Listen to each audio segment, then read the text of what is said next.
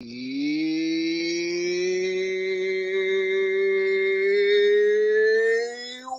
up, y'all? We are live on YouTube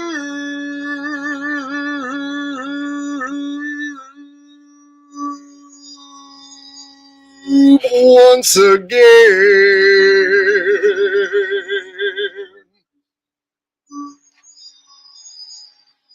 Once again.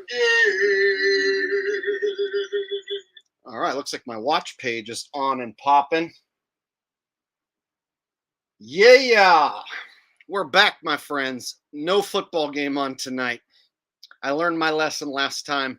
I did a live stream and tried to watch a game and do play-by-play. I hated it, and I'll never do it again.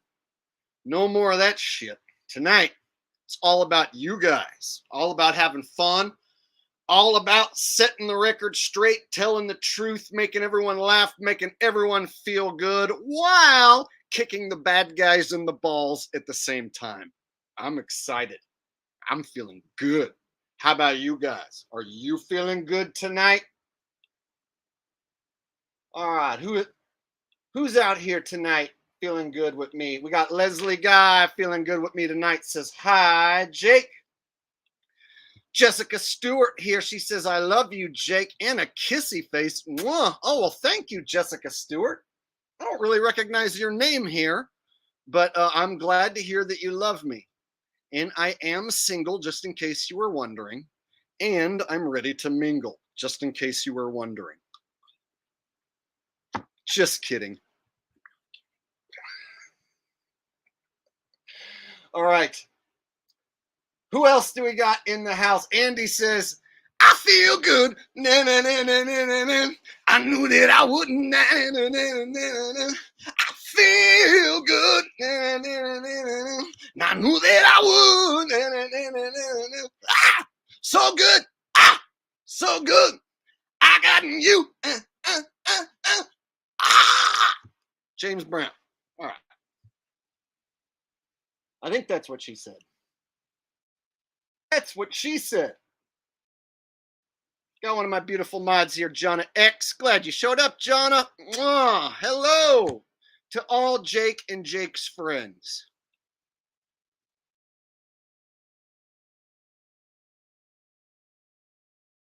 All right.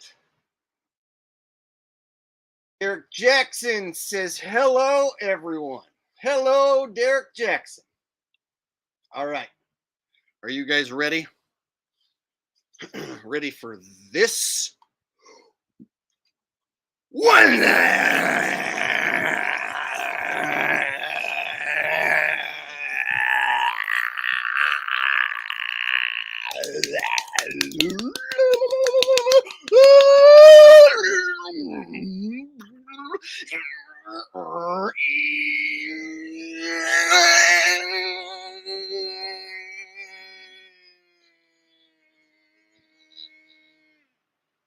Up! Holy shit! I lost control of myself right there. What just happened? Where am I? Who are you? Just kidding. I know who you are. Or do I? Yes. No. Maybe. I don't know.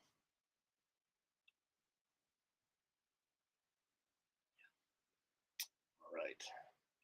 So now that we've got that out of the way, on to more important stuff. Right?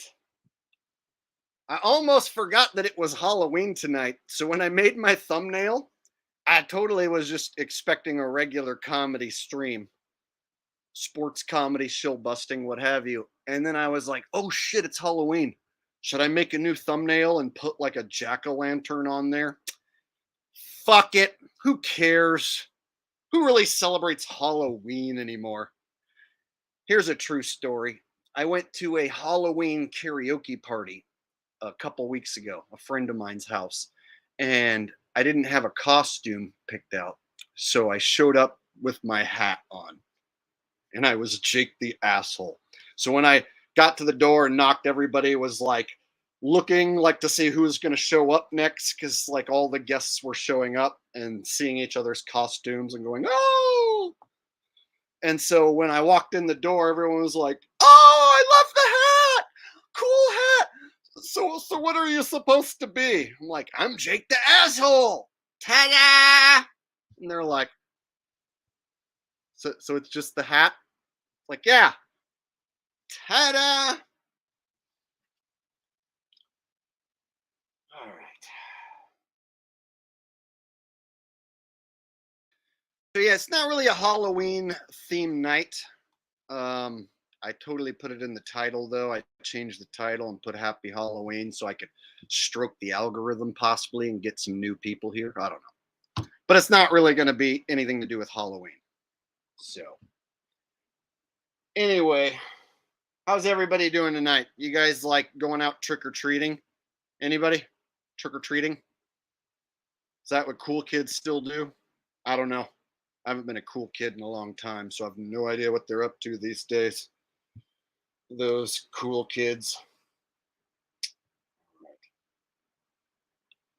Andy says no. Andy is not trick or treating tonight. Jenny Simon is making Chinese almond boneless chicken right now on a bed of lettuce with broccoli. Might stir fry the broccoli with a bit of fermented soybeans and garlic. Honey walnut prawns next on the list. Holy shit, Jenny.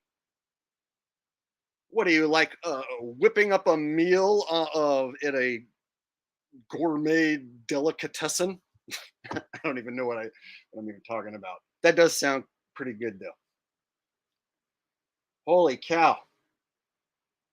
Anybody got a recipe that they're cooking right now that beats what Jenny's got?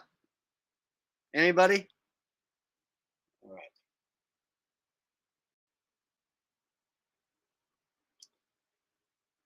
Oh, yes. This guy sees Zachary K. Hubbard's on the thumbnail. What's up with that? Oh, yeah, I was thinking of making him look like a fucking idiot tonight. You know, being that like I have all of his losses cataloged over on the Sports Gematria channel. Yeah, he keeps track of all that for me, so I don't have to. And so all I got to do is just go over there, press play, and then we're all going to laugh. And then I'll go to my video picking games, and we'll watch how I pick games. And then I'm just going to compare and contrast how I pick football games with how Zach picks football games, and then what the results are. It's going to be great because, I'm picking winners, and he's like, not. So, not much he can do or say. But I know Zach, and he's going to want to insult me. He's going to flip out and challenge me to a debate. And I've got a plan for that. So, it's going to be good times. It's going to be good times.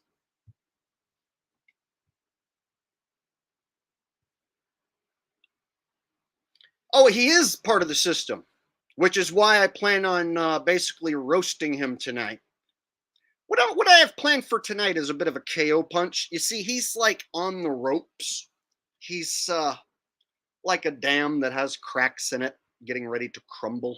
And I feel like I'm the guy that should just come along and put the finishing touches on it.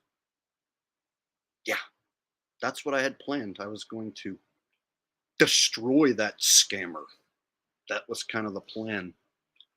And then the scammer's gonna flip out, man. And he won't really be able to do anything about it other than just call me names. So it'll be fun for everyone, including you.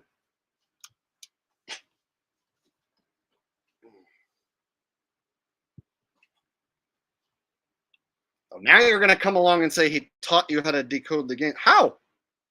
He gets them wrong all the time. And his numbers are bullshit that he pulls out of his ass. He didn't teach you anything. He duped you, maybe. But you know he's part of the system, so you should know that he duped you, and that you should know he pulls numbers out of his ass. I think he predicted a game using the Pope's birthday. He predicted a game with the Pope's birthday. Gets it wrong, And then he has to do mental gymnastics after he predicts a game and gets it wrong with the Pope's birthday. Meanwhile, guys come along and go, Jake, I learned the Gematria from Zachary. So please don't say anything bad about him.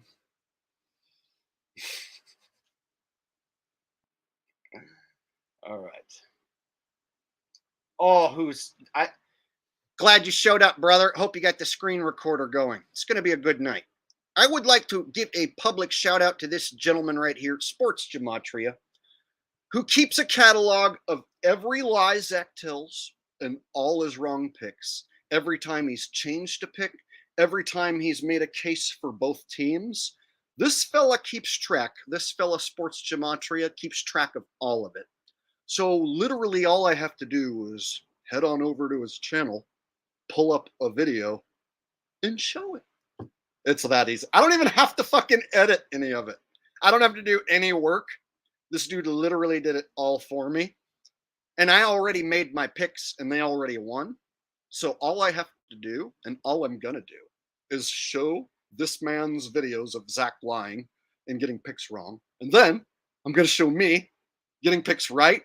And then we're all going to laugh at him. And we're going to humiliate and embarrass him. And he's going to get mad. And he's going to throw a fit and call me names. And he's going to want me to call into his program. And I'm not going to do it. Instead, I'll invite him onto my program where I control everything. But he probably won't want to do that. Are you guys ready? You guys ready? Sports Gematria, sub to his channel. If you guys like seeing scammers like Zach get taught a lesson, sub to this man's channel, Sports Gematria. It's not me. People have asked if it's me. It is not me. But I watch his channel and I am subbed. Okay. Who's ready to get the party started? Are we ready, Freddie? Let's do this. All right.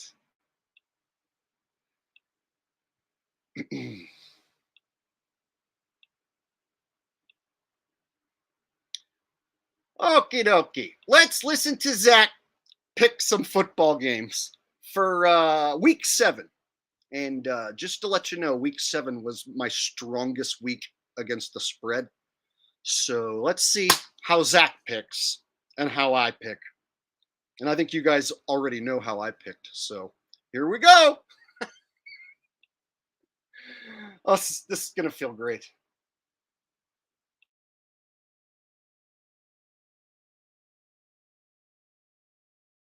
The Falcons at the Bucks, our other 25 team, the Falcons. If the Bucks win, they can get their 4th straight win at home over the Falcons. Again, week 7, 4th prime, and improve to 2-2 at home for the season on the 22nd. Of course, Tampa Bay also equals 79, the 22nd prime.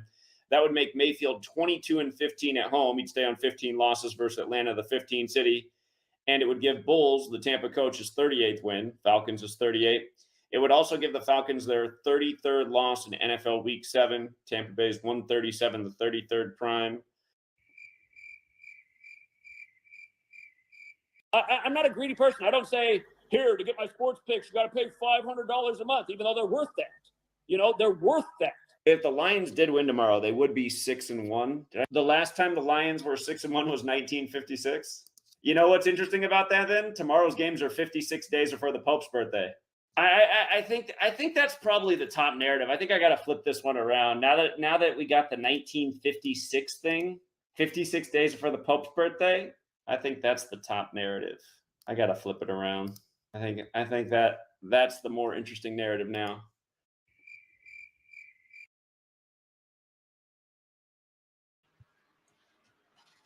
He picked the Lions because of the Pope's birthday.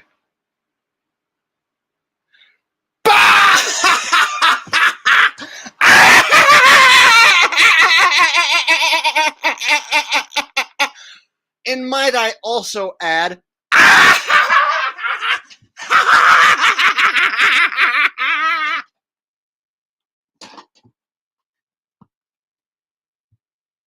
now he gets to do mental gymnastics for why the Pope's birthday didn't work out.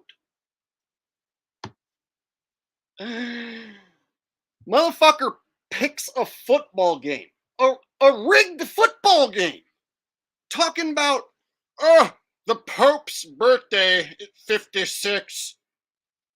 The Pope's birthday is, they code everything because of the Pope's birthday, of course. I'm Zachary K. Hubbard. I get every pick right all of the time. I've never been wrong about anything. And let me tell you about the Pope's birthday. Now what? Oh, I think they saw my video about the Pope's birthday and then they changed it. That's what happened, you guys. I think they fucking saw my Pope's birthday prediction and then they flip-flopped it. I would have got it right.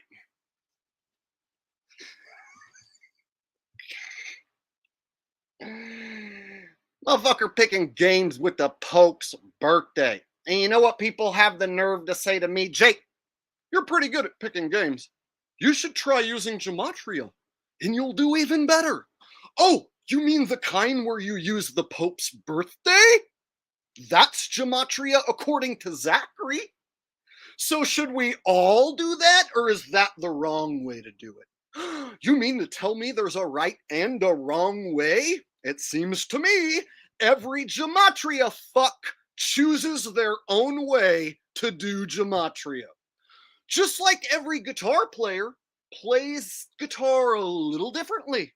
Some guys copy other guys, but basically everyone does their own type of thing with the instrument. Just like in Gematria, I can be like, well, I like the number 1, so I'm going to try and plug the number 1 into the fucking game somehow because I like it.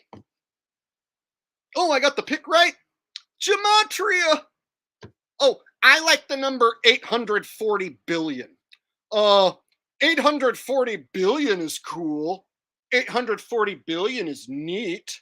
So therefore, I don't know, lions, 840 billion? See, to me, that's what it fucking sounds like anytime anyone rips a number out of their asshole. Here's what number matters to me. What does the spread say? Tell me the number that I want to hear. The spread. What does the spread number say? I need to know that. The second thing I need to know is what the team's records are and what their records are against the spread. With that information alone, I will have an idea which direction I want to go without having to pull any number out of my asshole. Understand? This guy, Zach, he likes to throw all that stuff out and just go with, Pope's birthday, whatever. I don't know. So when it comes to Gematria, and I'm talking about all the Gematria guys as a whole, they all do it differently. Some of them get it right, some of them get it wrong. They all plug in their own numbers that they choose. I don't do that. I just look at the spread number and then the records and the records against the spread, and that's usually a good indicator which way I might want to go. And then I look at the number, the money bet. Those are the only numbers that matter, really. To me, let's continue though. Maybe it's just this pick, right?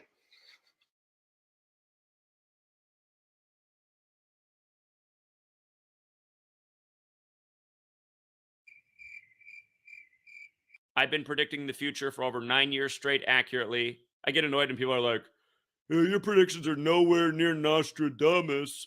You know what, you guys? This is not a false statement. I could wipe my ass with the name Nostradamus. Literally.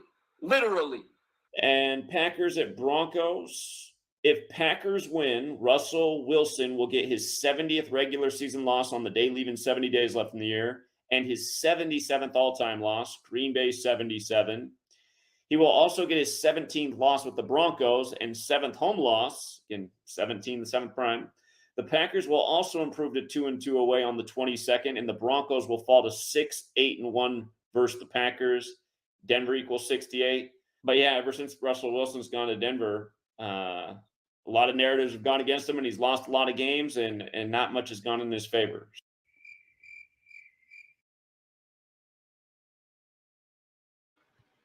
Okay, you have to You literally have to solve a riddle to understand what this man is even trying to tell you to pick. He's not making a pick, you guys. Like, Sports Gematria had to solve a riddle to even figure out who he was trying to go with there. So if you pay for Zach's picks, here's what you get. If Green Bay wins, this, that, and the other.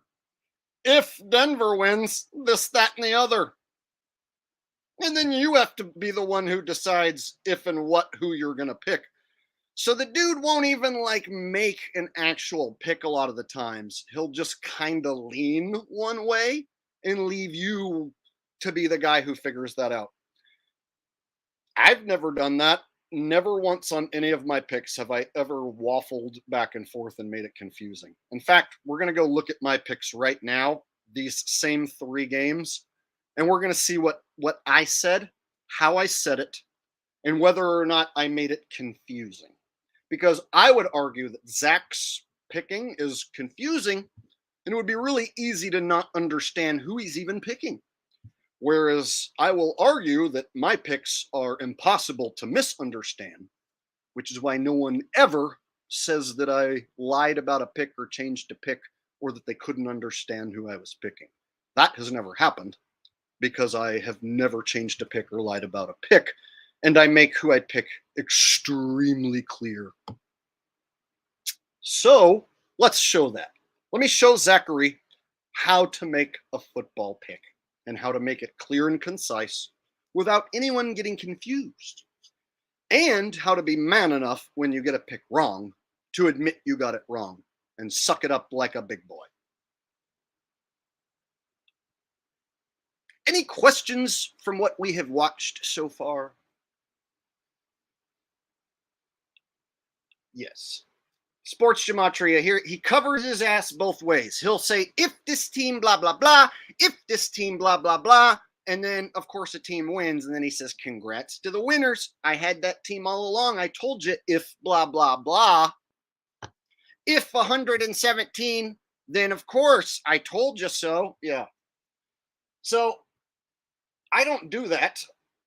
And yeah, Andy's got it. He's like a politician, exactly. But worse than any politician even. Like, this guy is a dirtbag at epic proportions. Like, when you confront this guy with anything, he viscerally says, you're just a fucking hater and a fucking troll. That's all you are. I've been right about everything, and you're just a liar and a fraud. That's what he does to people who confront him about anything. He wants you to call in so he can get your number and dox you. And then when you do call in, you can't hear what you're saying because it's on his phone and he has it turned down. And then he yells and screams and berates you and hangs up on you. That's what happens. So I'm not going to do that, of course. But he can come on my show where I control everything. All right. Let's watch some of my picks, because Zach is going to claim that he is better than me. Zach's going to claim I'm a fraud and a hater. So I want to show you what a fraud and a hater does when he picks football games. You know, that's what Zach's going to say about me, is that I'm a fraud and a hater. Let me show you how a Zach fraud and Zach hater picks football games.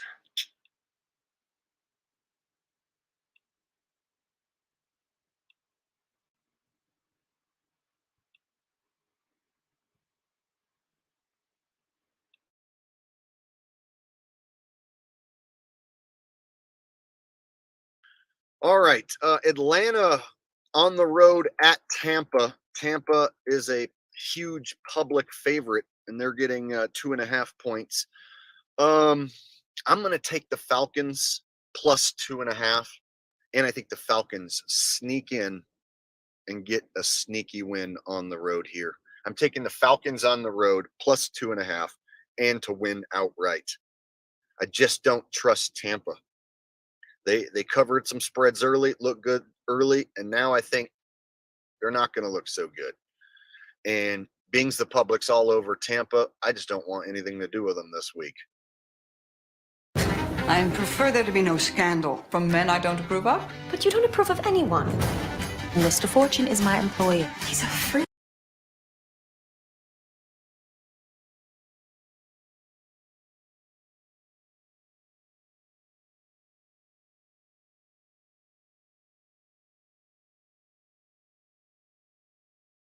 All right, this is a tough game. I went back and forth on this one. Detroit's been covering tons of spreads. Baltimore, a 3-point favorite. Detroit 5-1 against the spread, 5-1 overall. They've just been covering so many spreads. I think this is the week where the public has finally jumped on board. And the numbers I've looked at on the different websites suggest that this is the week that the public's on board with the Lions. Everyone's finally taking the Lions seriously. So I think this is the week where I'm going to go ahead and go the other way, and I'm going to take Baltimore to win and cover the 3 points. Not confident with this pick. A lot of people like Detroit, and at the beginning of the week, I like Detroit, but not many people are backing Baltimore, so I guess I'm going to have to back Baltimore at home to cover the number.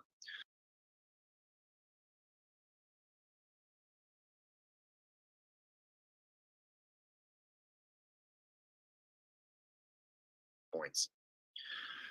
Okay, Green Bay is a 1-point favorite at Denver. I like Denver to win and with the +1 here. So Denver to win outright. They haven't won a game against the spread this season, so I have to take them to win a game. Nobody loses every game against the spread, so I have to take Denver here in this spot to get a win against the spread. Give me the 1 point and the Denver win.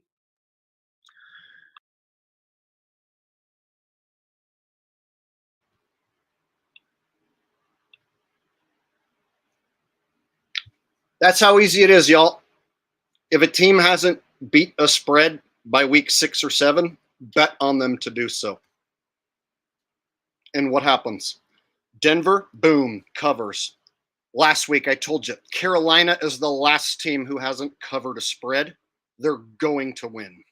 If they don't, then next week for sure they will. So Carolina was my lock. And you know why? They hadn't covered a spread. This is simple shit. It's metrics. It's very simple. Zach's like, the Pope's birthday, blah. So here's the thing. Do you want to run with the guy talking about the Pope's birthday? Or do you want to run with the guy who knows when the 0-6 team is going to win almost for sure? So those are 3 games right there. I didn't just cherry pick those games. I went 11-2 that week, so I could keep the videos playing. But basically, those are 3 picks he got wrong and 3 picks I got right. And you hear the difference in the way we picked those games. I did not pull any numbers out of my asshole. No one can say I made it confusing. No one can say I made a case for both teams. No one can say I lied or changed a pick. I pick every single game against the spread and money lines. I have 2 columns, my money line picks and my spread picks, and I keep track of both records, and I post both records. Zach doesn't post his records. I give away my picks for free. Zach charges for his riddles, which lose. People have come here and used that man's name in a positive light or tried to say that me and him are somehow similar. No, I am the opposite of Zachary K. Hubbard. I am the antithesis of this man. I give away winning picks for free. I pick every damn game across the board. I don't cherry pick. And at the end of the day, I'm not lying and scamming anyone, and I never, ever have. Nobody can ever say that about me.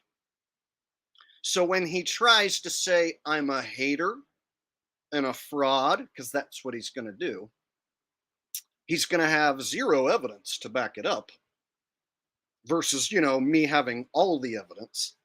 And he's going to want me to call his channel on the phone. And I'm not going to do that. And then he's going to call me a pussy for not calling him on the phone. That's what he's going to do. Hey, Zachary, would you like to come on the Jake the Asshole stream and debate with me on my channel? We might be able to set that up here.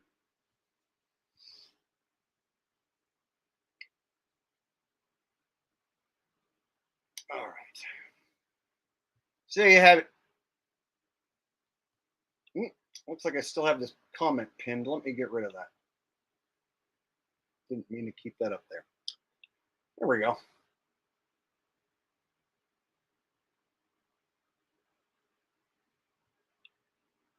Exactly. There's people who say that the NFL's rigged, but they still talk about teams like they're better than each other and still bring up defenses and shit.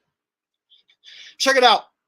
It's the same thing if you go, oh, the Browns are number 8 against the pass and they're like number 4 against the run. So I just don't see how the Seahawks are going to be able to blah, blah, blah. Like, dude, that's the same as saying the Pope's birthday, 57. The Queen queefed on 57th Street 57 times. That's in the same category as talking about defensive numbers. I don't give a shit about that.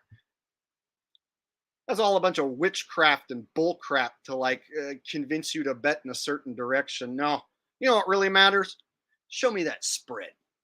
If the spread's too high, I'm going to think that the favorite's going to cover. If it's too low, I'm probably going to like the underdog to cover. You see, like something simple like that, spread too high, no, that'll cause everyone to want to take the underdog, so I'm going to take the favorite. It's very easy sometimes, and you don't have to overcomplicate it by plugging in a bunch of fucking numbers that don't matter, right? Oh, the Pope's birthday. It's like, dude, shut the Pope's birthday doesn't matter. What matters is if it's a too high of a spread, then that probably means the favorite's going to clean house. Why not just say that?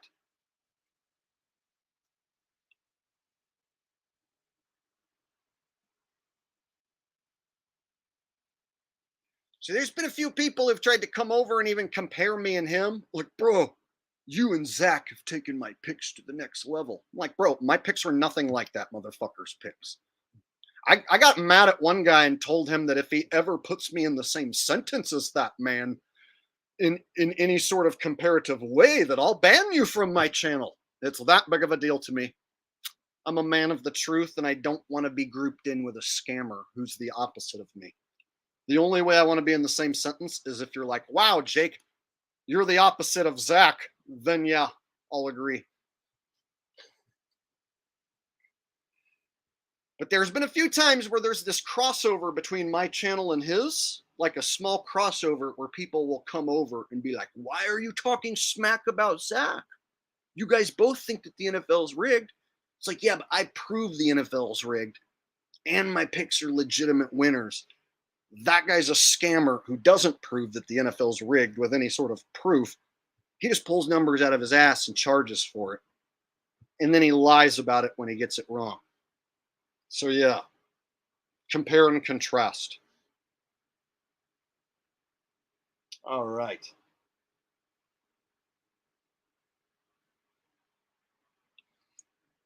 Okay, if you like Gematria Effects, you like Gematria Effect News, has better content than me, even though you like us both. Dude, all he does is talk about fake celebrity deaths, and he acts like they're real. So every time some low-level loser dies, like Chandler died, R.I.P., who cares, dude? Who cares about stupid celebrity deaths? A bunch of sellout loser hacks. I don't give a shit about any of them. The only ones I ever bring up are guys like Dave Chappelle, who I actually think had some talent, who got replaced. I'll bring up someone like that. But meanwhile, Zach's like, oh, one of the Golden Girls died. R.I.P. Oh, some fucking guy from Night Court died. R.I.P. You know? Some game show host from the 80s died. R.I.P. Who cares? So if you like that better than me, if you want a guy who takes numbers and plugs it into the news, go watch him, you loser. But that's what I think you are. You know, even though you like both of our content, I think you're a loser if you like his content. So you can fuck off. And I mean that respectively.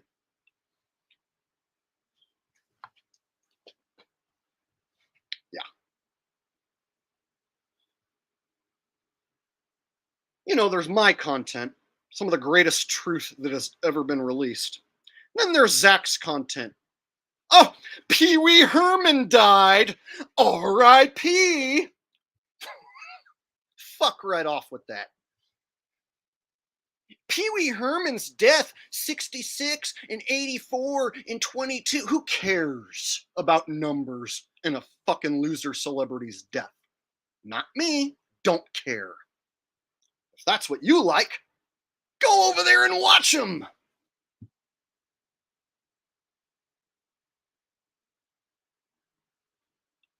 Guy from Friends died, and if you plug a bunch of numbers into it, he's still a fucking piece of shit loser sellout who's not funny. R.I.P. Chandler. I don't care if he's dead for real or dead for fake. I hope Chandler is dead for real and dead for fake.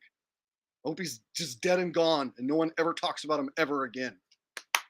That's a win for me. That's truth right there. That's the real truth from a real truther. That guy's a talentless hack. Who cares if he's dead? I hope he is dead. I hope he stays dead forever and never comes back to life.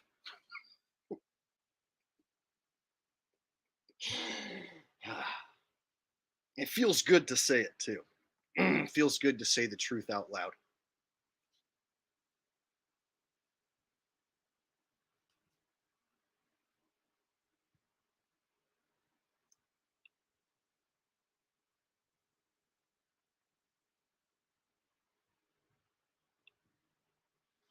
Yeah, right now I'm doing NFL content because I'm the biggest thing in the world doing this. So anybody who wants me to do other content, I'm going to when the season ends. So here's my announcement. When football season ends, sports content is going to fucking stop until next football season. I'm not going to cover the NBA. I'm not going to cover hockey. I'm not going to cover soccer. I'm not going to cover the US. I'm not going to cover any of it. I might make maybe one video about the NBA with their magnetic rims come playoff time for views and money, and that'll be it. I don't give a fuck about sports. I'm only doing this to prove my point that the NFL is fake and that an average Joe who knows it's fake and pays attention can pick better than any expert on TV. And right now, I am one of the leading experts in the world at the NFL and picking games. And I have a proven track record. So when I say it, I'm not full of my own shit. I am an NFL capping expert at the moment. Better than anyone on TV and way more dangerous. And I'm going to finish what I started. And when I'm finished with the NFL at the end of the season, I'm going to be done with stupid sports. And I'm going to go back to what I love. Music and comedy. And I'll throw in some conspiracy content that you guys all like who've been here watching me for years. So I'm going to focus on music when I finish this season, and I'm going to write the best music I've ever wrote. And I want you to hold me responsible for it, because when the season ends, I'm going to build a studio right here in this office, and I'm going to start recording myself. I have to learn how to do all that, of course, because I don't know how. But when I do, when I figure it out and I get good at using the shit, I'm going to make the best damn music that has ever been made in a long time. And me and some of my friends are going to destroy all the Hollywood sellouts. And I'm going to put out some absolute fucking bangers for you.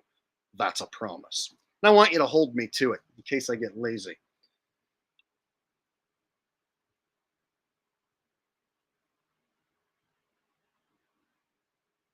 So those of you who showed up because of football, this channel is a channel of truth and comedy and music, and football is one thing that I do. And it just happens to be a gigantic thing. But I started as a musician here on YouTube, and the bass is sitting in the corner collecting dust.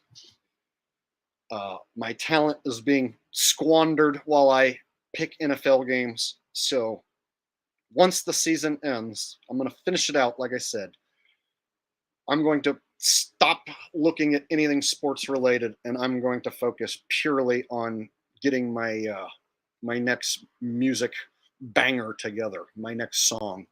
I'll just put out one at a time. I'm not going to do like an entire album and put it out. So I'm just going to work on one song at a time. And when I finish it and it's awesome and ready to go, I'll fucking release it one at a time. That's going to be the plan.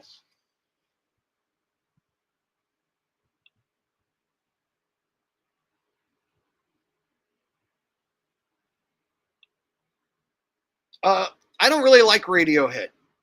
I like more hard rock and upbeat stuff, and Radiohead stuff is kind of dreary. And I'm a Creep is overplayed and oversang, and I've heard a bunch of terrible singers sing it as a karaoke song, and so I don't really like Radiohead. It's not the worst music. I just, if I'm gonna go watch a live band play, I want to watch somebody who's upbeat and got like wicked guitar talent, something that I can be like, whoa. I'm a sucker for guitar, so when I go pay to watch someone live, I want the guitar player to be a sick motherfucker and be like mind-blowing virtuoso good. So there you go. And Radiohead doesn't have that.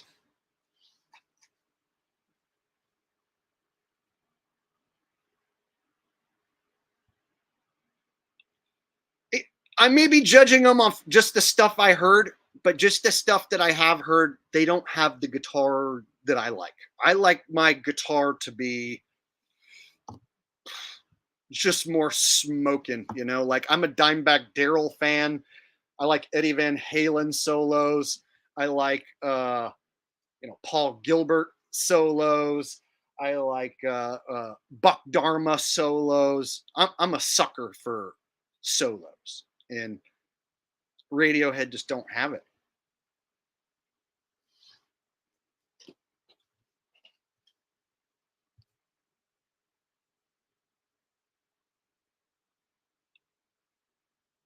It's not my genre, country. I've been a rock and roll guy and a funk guy for so many years that when I hear the country songs that are popular, it doesn't sound like terrible music, and I understand why people who like country, why they like it. Like I get why a dude who's out in the country, going out on his boat drinking his beer wants to listen to a country song, about being on a boat drinking a beer. I get it. So country people, I understand why they love their country music. It just doesn't do it for me. So I get off on intricate guitar solos and intricate bass solos, and funk and rock and roll is where that happens mostly. So there are country guys who can go off, but there's not like a country shredding guitarist guy who can compete with someone like Eddie Van Halen or Dimebag Darrell.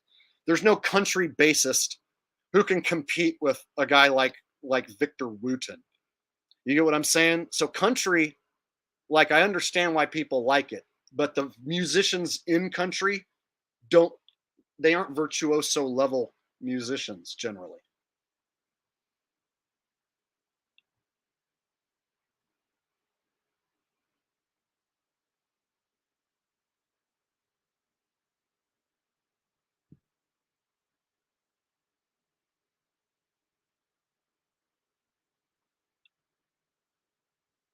Have you ever heard of Pissing Razors, one of Dimebag's favorite bands? I haven't. Pissing Razors. Okay, I'm intrigued. I'm gonna have to write that one down.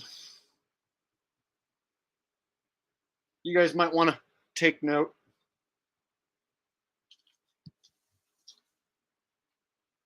There's a girl out there. Her name's Kayla Kent, and she has a YouTube channel. It's big. and all she does is dime bag solos.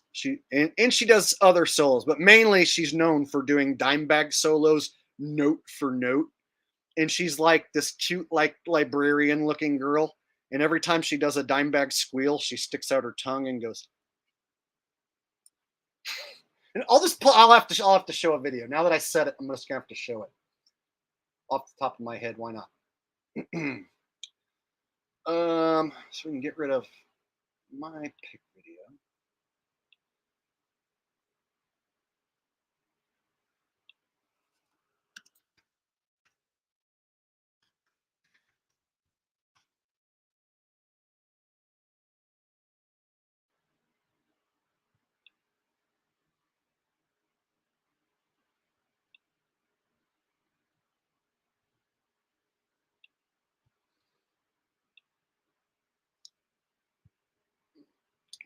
So if you guys want to check out a girl who plays dime bag solos about as good as Dime used to, holy cow, this is the girl. She's getting bigger by the day too, like with her sub numbers just keep going up every day. Let's see. Which solo?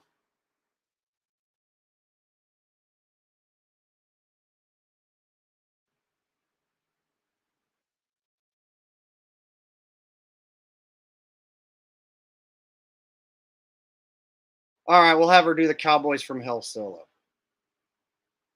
Teeth were made to indulge. Remove 15 years of stain. Right after this ad.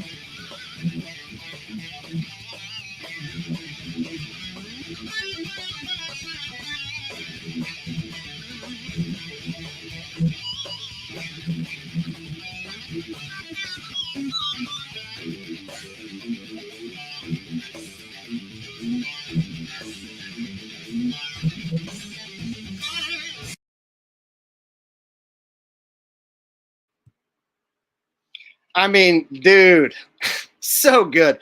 And check it out. So she does like all the main Pantera solos. That's what she's known for. But her recent video, like the last one she did, I'm going to play it next, but I'm going to give her a setup here. So she does this solo for Enter Sandman. She makes up her own solo, and she makes it up as if Dimebag was playing Enter Sandman solo. And so she makes up a Dimebag solo of her own in the essence of Dimebag and puts it to Enter Sandman, and it fucking sounds better than the Enter Sandman solo.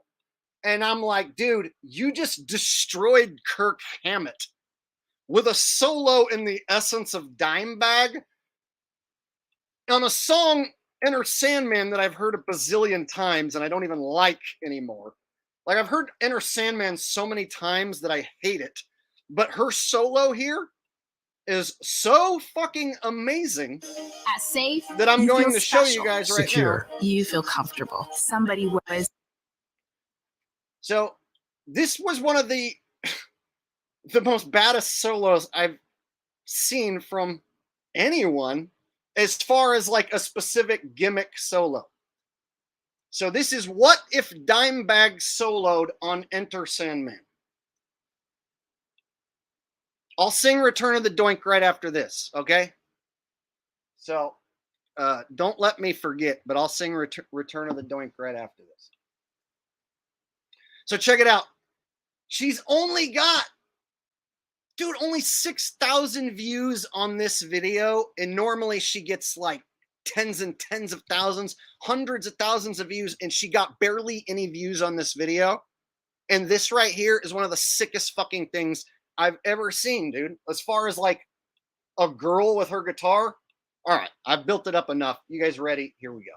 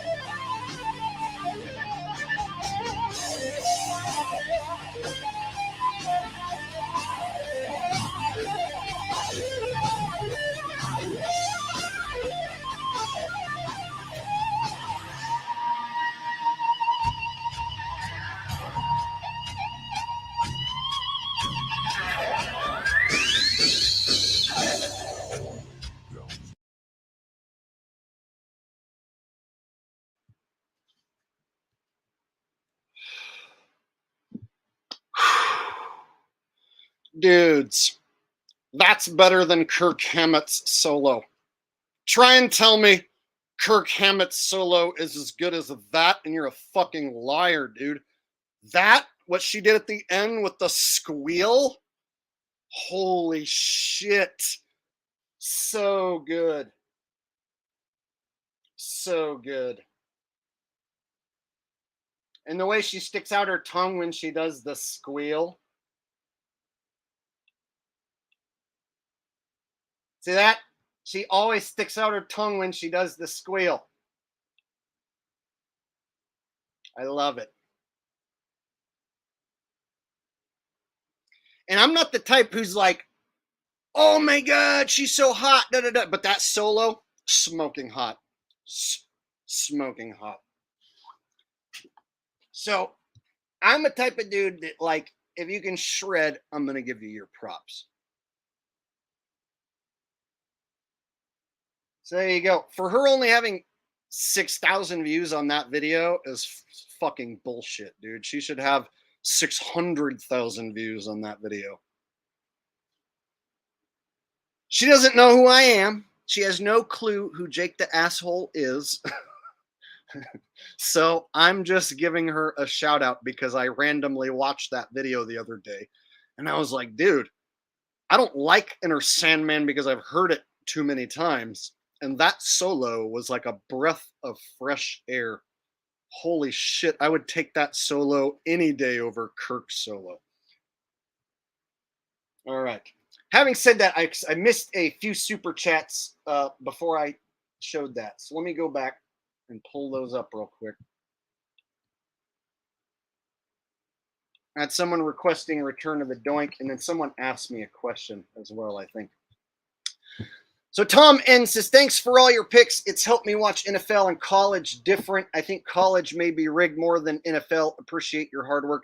D1 college is as rigged as the NFL. I wouldn't say it's more rigged. It's, well, some games like Miami and Georgia Tech, for instance, the ending. Whew, yeah, that was super bad. But yeah, the D1 college level is practice for the NFL. So the kids on set at the D1 level are practicing to be pros. So they're taking flops on Saturday to practice to be pros on Sunday. So lower than the D1 level, where there's no betting lines, those are the real games. So junior college, Division 3 and Division 2, there's no betting lines. Those games are real.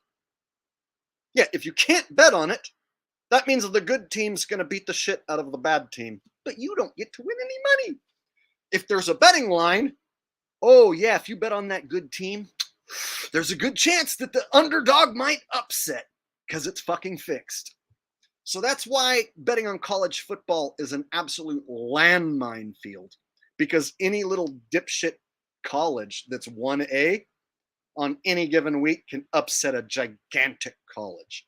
So you have colleges that are built on football, like they draw millions and millions of dollars in season tickets, and then you have little teeny itty bitty schools who don't have a big football program, and those little itty bitty teeny schools on any given week can show up and win. And the reason is it's because it's fake. And with that said, whoa,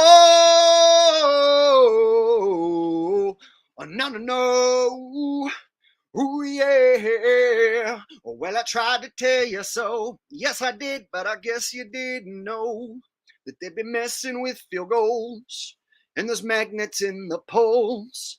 You lied to me. All those field goals I thought were so real. You lied to me. Oh, yes, you did. Yes, you did. You lied to me. All those field goals I thought were so real. You lied to me. Now I cry. Now I cry, cry, cry. Return of the doink. Here it is. Return of the doink. Come on. Return of the doink. Another ball hits the pole. Return of the doink. Once again, return of the doink. Oh my God, return of the doink. Another ball hits the pole. Don't you know? There you go. Phew. All right.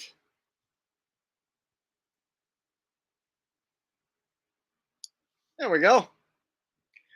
And there's going to be a fella who's so mad about this stream that he's going to say, I'm a liar and a fraud and a pussy and all that stuff. Meanwhile, look at all the fun I'm having at his expense.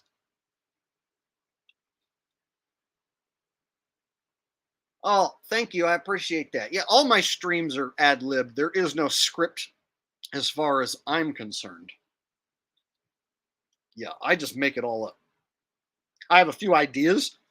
Like, I was planning on humiliating Zach, but I didn't like script out like what I'm gonna say and what I'm gonna do and whatever. That just happens, you know.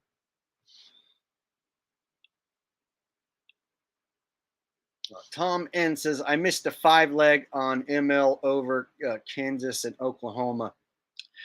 You got to watch it with those parlays. The more teams you add, the bigger chance you're taking. So I know the money when you're calculating up, you know, before you make the bet and you put all those teams in and you see, oh, I can on a $10 bet make $500 or whatever.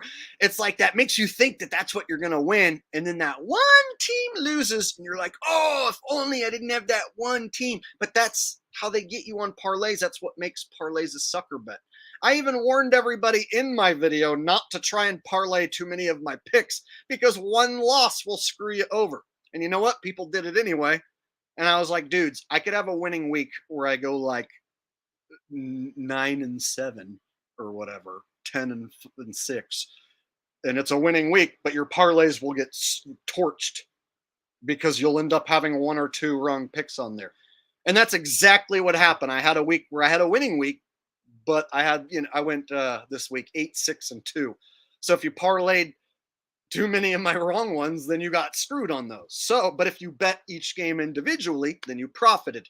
And so I warn people with those parlays, if you're going to do a parlay, keep it to like 2 or 3 teams max. And if you're going to do more than 3 teams on a parlay, then make sure you don't bet too much.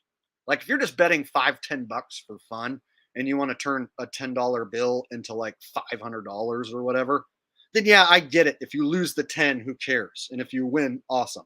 So if you're making like a parlay, like a 10-team parlay or a 7-8 team parlay, and it's small money, then yeah, I get it. It's insignificant. But don't put big money on a multi-team parlay because you're basically setting yourself up to lose. It's considered a sucker's bet for a reason. Even if you have somebody like me giving you good picks, all it takes is one wrong one and it screws your parlay. Whereas if you would have bet each one individually, then you're guaranteed to win, you know? Not guaranteed, because you never know what'll happen. But so far, if you would have went with my picks the last 4 weeks, then you would have cleaned house if you would have bet on every single one of them. But I even don't bet on every single one of them. And I don't even feel confident about them because I never know what's going to happen myself. And I'm the one making the awesome picks. Tom says, I hit a 3-leg on your picks. Washington, Carolina, and the Saints. Yeah, I had 2 parlays that hit, but they featured they also had a push, so they only paid out for 2 of the teams. So it's better than nothing. So I had a couple parlays hit, but one of the parlays had the Jets with a push, and then the other parlay had the Commanders with a push. So I only got credit for 2 out of the 3 teams. But that's still a profit, so whatever. So I hit 2 parlays, 2 kind of parlays.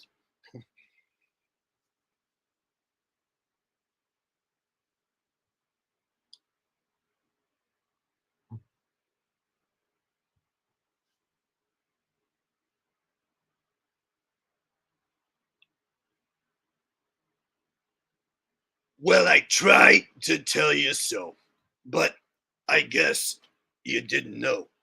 They've been messing with field goals, and there's magic in the polls. Magic. Magnets in the polls. But at any rate, I digress. Return of the Doink. Here it is. Please put your money into gold inside of the field goal post, or the Chinese drones might cause the ball to doink off the pole. All right, at any rate. Now I'm mixing Richie from Boston with Return of the Doink. That doesn't even make sense. If he saw this, he wouldn't even know what the fuck's going on. He would be all confused. I saw this fella named Jake the Asshole, and he was doing a terrible impression of me. The guy looked like he was on drugs. He was singing some song about Doink the wrestler. I don't have any clue what he was talking about. At any rate.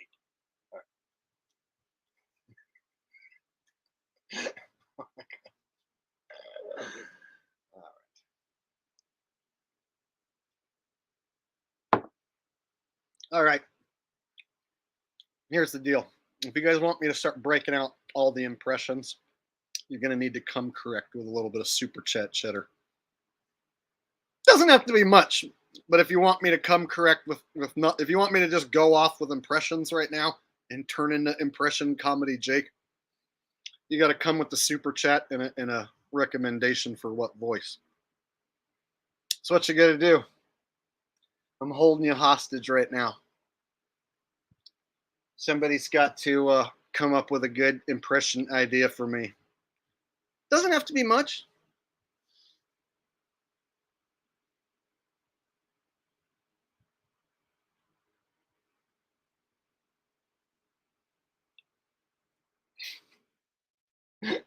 Oh, nobody doing it. All right. Guess I'll just move on then and not do any funny impressions. John Madden. Fuck, I was hoping it would be one that I've practiced and perfected. John Madden.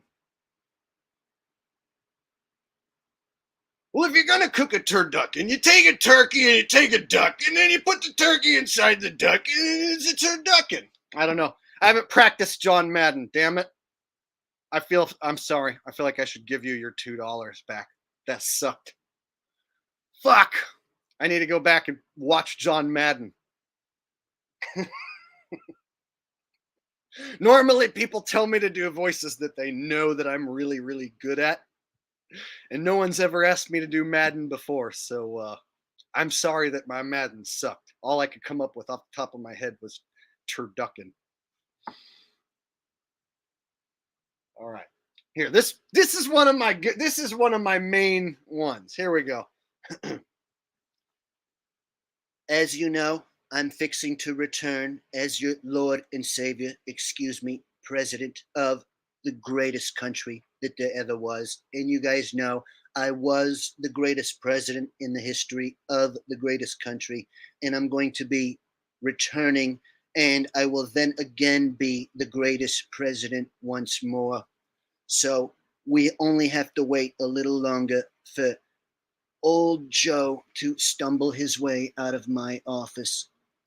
I cannot wait to get back in the Oval Office. All right. I'm sure it's probably going to smell like old crusty Joe. It might take a while to get rid of the old crusty Joe smell. First thing we're doing when I get back in office, I'm going to implement Trumptricity. It's just like electricity, except better. It's going to be greener, more efficient. It's going to cost 1% less per penny per kilowatt per hour. You know what that's going to translate to? Billions. And you know who's going to finance and pay for the whole thing? Are you ready for this? China. There you go. There you go. There you go. Chris Collinsworth. Hold on. Let me go back. I think I missed it. I missed one. I went off on my on my Trump. So thank you for Dud Bowl Center. I appreciate it. Thank you for the idea. All right. Elmo. Elmo was watching Monday Night Football, and Elmo was waiting for the waiters to win the Wig football game. But then the Lions won, and Elmo lost a lot of money. Elmo was fucking pissed that Elmo listened to Jake the Asshole. Jake the Asshole said that on Monday Night Football it was going to be Wig for the waiters. He's a fucking liar. Ah! There you go. Elmo calling me out for my Monday night wrong football pick. I never thought I would get roasted by Elmo. Shit. I just got roasted by a puppet. Fuck. How does that happen?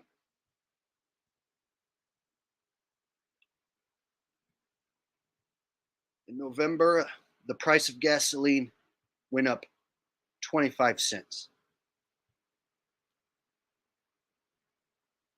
The war in Gaza. All right? We're going to be... God damn it. I don't have a good Joe Biden because he's played by too many people. That's the problem. Joe Biden is played by too many people, and he changes so much from one to the next. I can't quite get a good read on Joe Biden. Damn it. Tom, you're picking people that I don't have perfected. You have to pick someone who I'm good at, damn it. I don't have a Joe Biden perfected because he's either a bumbling old man that doesn't make sense in one video, and then in another video, he actually seems to make sense. So it's hard to get a good read with Joe Biden. Fuck. That one sucked, man. I feel like I should give you your money back on that one too.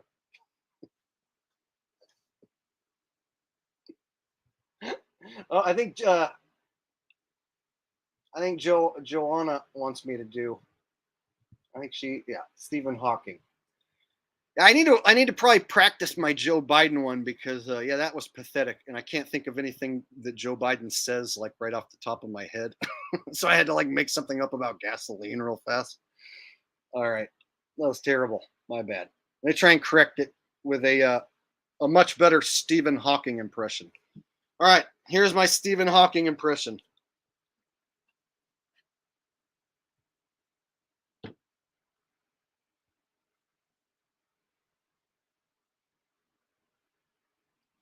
There you go. Stephen Hawking, ladies and gentlemen. Oh, you want me to do the box that talks for Stephen Hawking?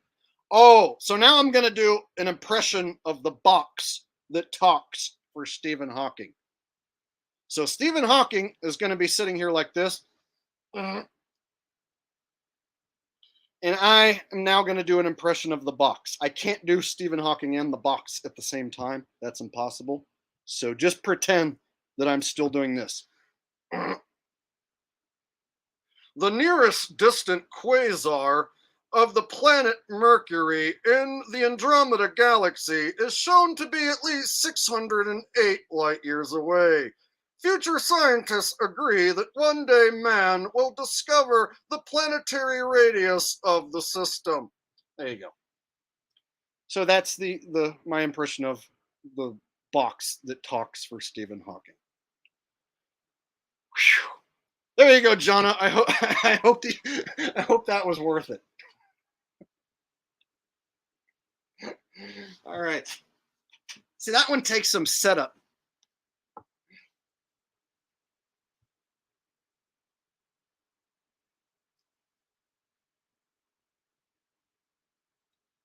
Okay, I think I could pull this one off.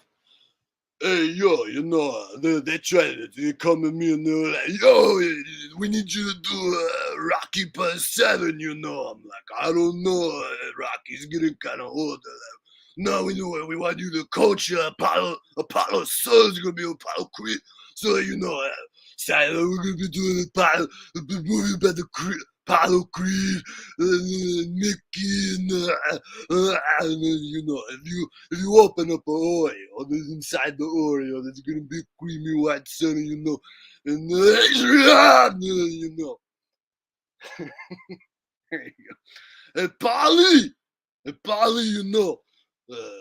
you tried knocking him down. Why don't you try knocking me down now? Adrian, you don't think I can win? Adrian? You think I can beat you? You think I got no brains? You think I'm stupid or something? You don't think I know how to beat my brains? There you go. Started to fall into. I started to think of like some of the things he said in the old Rocky movies. I'm like, God, what did he say in those old Rocky movies? Polly, I don't think that you should be trying to tell the kid, something. Polly, this is out in the street, this guy's out there trying to, say they do this, and say they do that,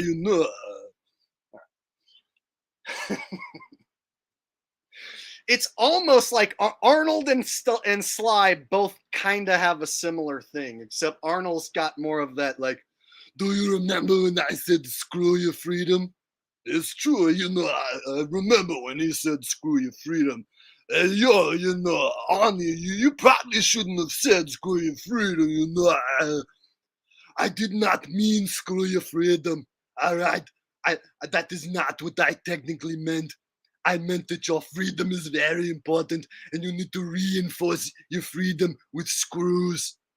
Your freedom needs to be reinforced with screws. That is why I said screw your freedom, because your freedom is so very important that I want to emphasize that you need to reinforce it with the screws, and you screw it in tightly, and then your freedom is more in reinforcement.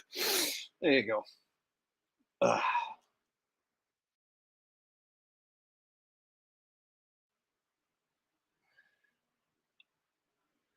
All right, now Jonna wants me to do one of my international hits, such as the Chinese national anthem, which goes like this. I'm about to perform the official Chinese national anthem. Are you guys ready? Ching chong, ching ching chong, lick a dick, lick a ding ding dong. Ching chong, ching ching chong, lick a dick, lick a ding ding dong. Me Chinese, me play joke, me go pee pee in your coke gong. There you go. That's the official Chinese national anthem. Nobody sings it better than me. And if you think it's racist that a white guy sings the Chinese national anthem better than anyone else, you're just upset and you're a hater. That's what it is. All right.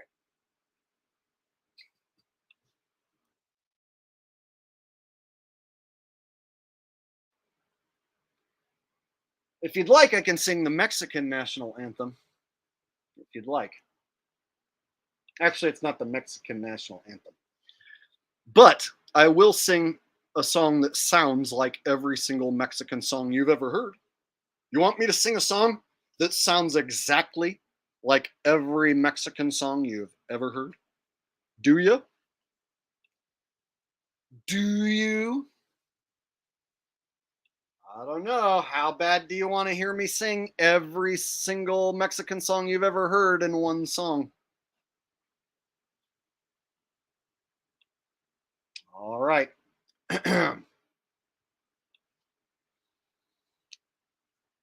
Pune, pune, pune, pune, pune, pune, ram pam pam pam pam. Inna yone, inna none. Pune, pune, pune. Inna yone, inna mino. Pune, pune, pune. Inna yone, inna yana. Mina yone, inna no. Do do do do do. Pune, pune, pune, pune, pune, pune. Pam pam pam pam pam. Inna yone, inna yana. Enayana ninayone, yinayone, yinayone, hinayone, digalo. There you go. Every Mexican song you've ever heard rolled into one. Yinayone, yinayone. That's right. That's all you got to do. If anyone who's Hispanic is watching this, you know what I'm doing is hilarious, so don't try and pretend that it hurts your feelings, okay?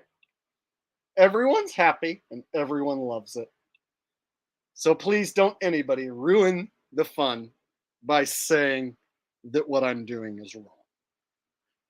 You can't make fun of Mexican music and say that it sounds like that. Yes, I can, because it does sound like that.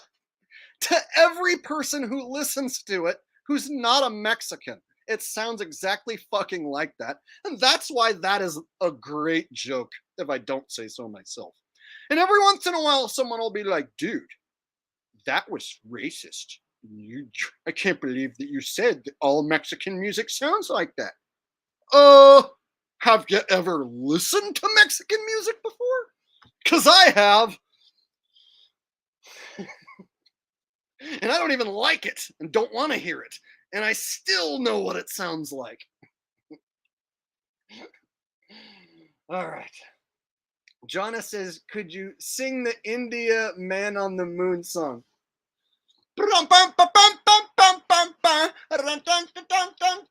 Land on the moon, we land on the moon, land on the moon, we land on the moon. We pray to the Lord, the Shiva, the sun, to take the rocket ship to the moon. We take the rocket to the moon, then we land it, rocket right on the moon. Then we take the rover, we rover on the moon. We rove this way and we rove that way, and we rove all the hell and the dun dun day. Hey, what you say? Got a ding ding dong. You got to rover with my slung. Land on the moon, we land on the moon. Land on the moon, we land on the moon. There you go. Did I say we rover around with my schlong? I don't know about that lyric. I might have to change that. Anyway, so that reminds me of something else funny.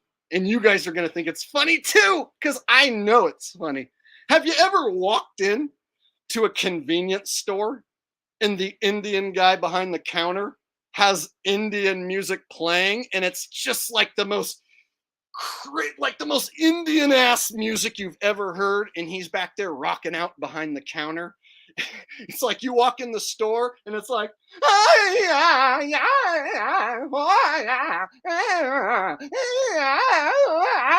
and he's back there rocking out like it's his jam, and you're like, cool music, dude.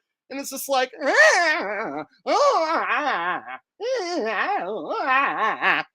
like, wow, that is some beautiful music that your people have, sir. I see why that's your jam. It's like when I hear like a really cool guitar solo and I'm like, yeah, that's so fucking sick. I love this part. Ooh, yeah. Where it's like an Indian dude, it's like he listens to someone going, and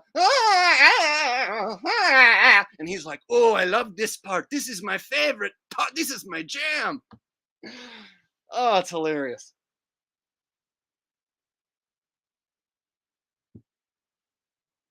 All right. I told you guys that was going to be funny. And you know it's true, because it happens all the time. because everybody's got like, you know, their phones and their portable speakers and shit, so you can listen to any song you want anytime you want. And so of course a dude behind the counter, when you walk in now, it's like he's got his favorite Indian song going. You're like,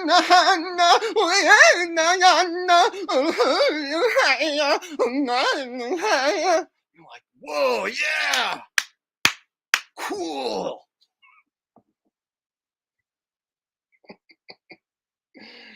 Jake, not all their music sounds like that. Just enough for it to be funny when I say so, though, huh? Just enough of their music sounds exactly what I just did for it to be funny. All right.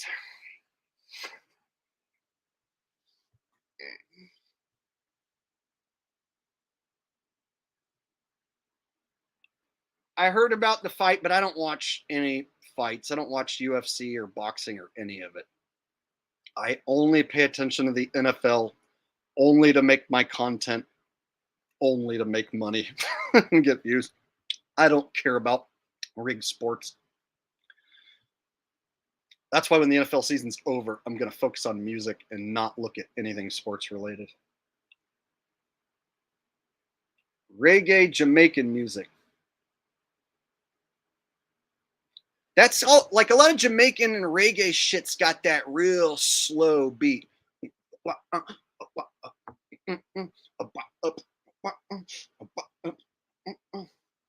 Damn it, now I have to think of something Jamaican in my head because you caught me off guard. Like, what do I want to do to make Jamaican funny music?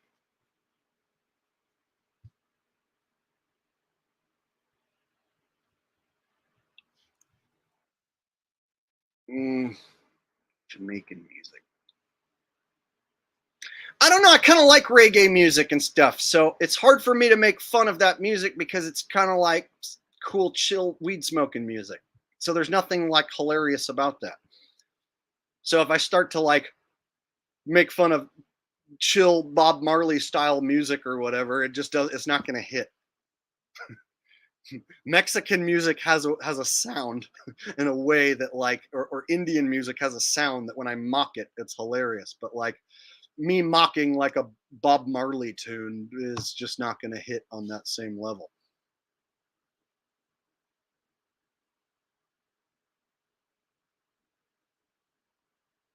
Like trying to make fun of, you know, No Woman, No Cry or Don't Worry About a Thing. It's like, it's not going to be funny because those are decent songs. Those aren't annoying tunes. What makes it funny when I make fun of Mexican music is when people who don't want to hear that music are passing it up like on the radio or whatever. They're like, going right past that station. That's what makes it funny for me to mock it.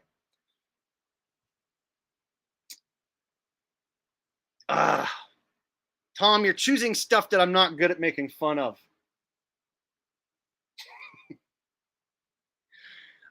Now I feel like I'm obligated to somehow make fun of reggae music.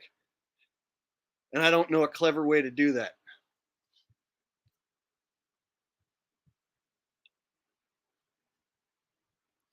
You're throwing me for a loop tonight, Tom.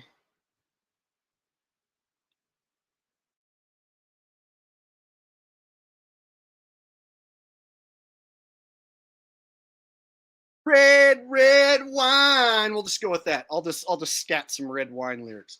Red, red wine. I fucking like drinking you.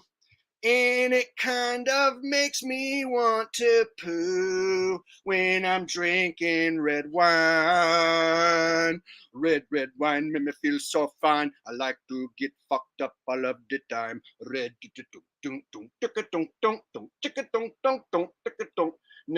when I'm drinking and I get drunk, there's one thing that makes me pass out. Red, red wine. All right, now I'm just making stupid shit up. I should have never done that. I'm canceled. I made up a stupid red, red wine song. That was one where I had to bail out on myself. I'm like, okay, This one's not as funny as I thought it was. Maybe you guys think it's funny. I don't know.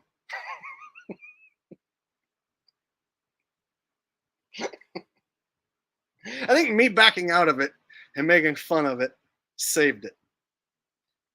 Every time I start to fuck up, all I got to do is back out of it and call myself stupid, and it'll work. Yeah, there we go. I can never miss on any joke.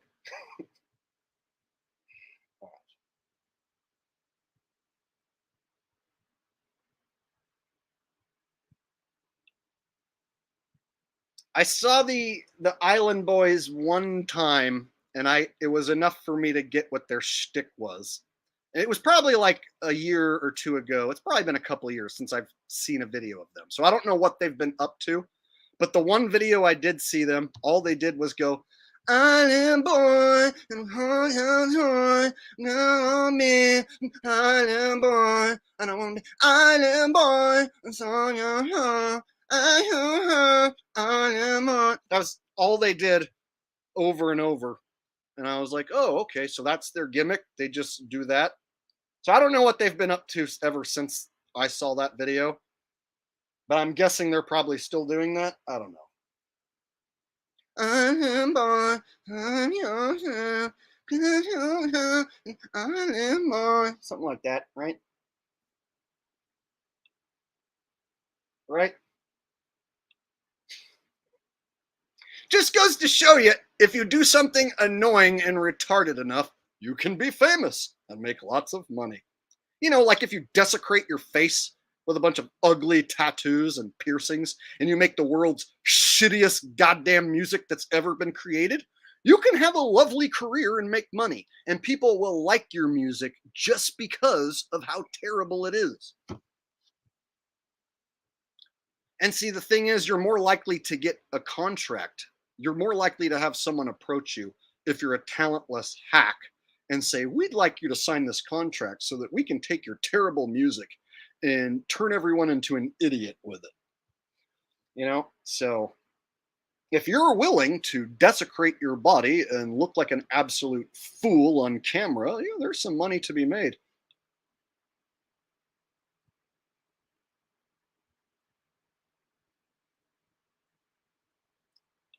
Yeah, I'm sick of these like guys who are famous who like are rappers who have face tattoos and like I'm supposed to be impressed or something. Yeah, I'm never impressed with anyone with a face tattoo. Tattoos in general just don't impress me. Wow. You let someone take needle and an ink and desecrate your body? Congratulations. So cool. It took a lot of talent to sit there and let someone, you know, stick a needle in your body. Better hope they don't mess up, huh? But there are people who have cool looking tattoos per se, but most of them are ugly and stupid looking.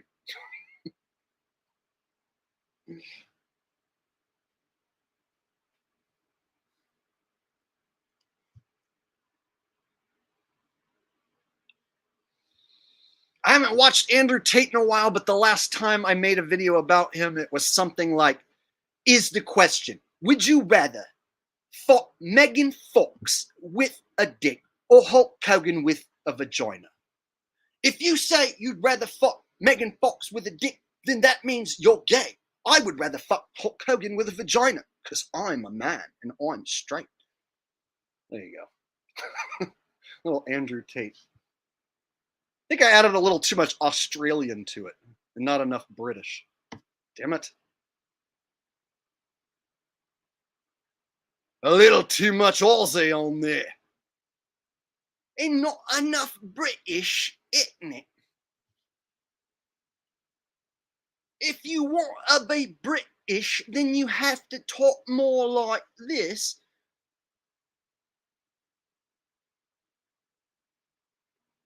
And if you want to be more like an Aussie, then you got to talk more like this. Right.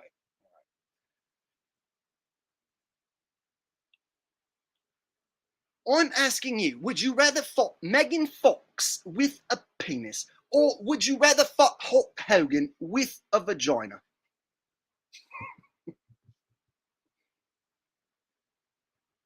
Oh, look, Zach's here. Zachary K. Hubbard's here, you guys.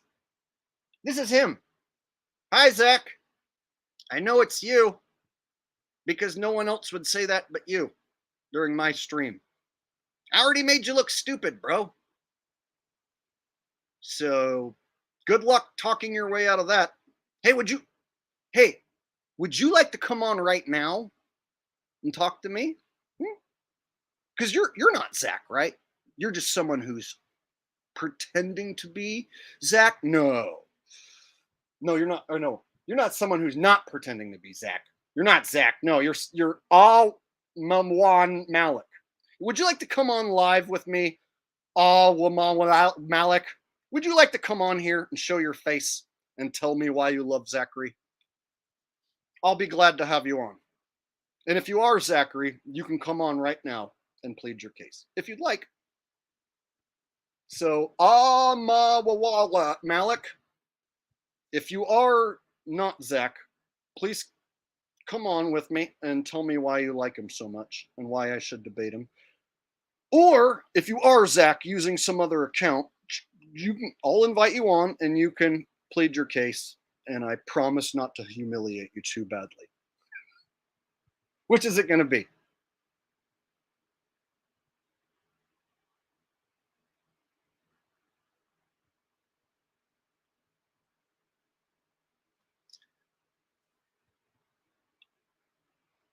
Did you ever again consider that duo stream with your dad?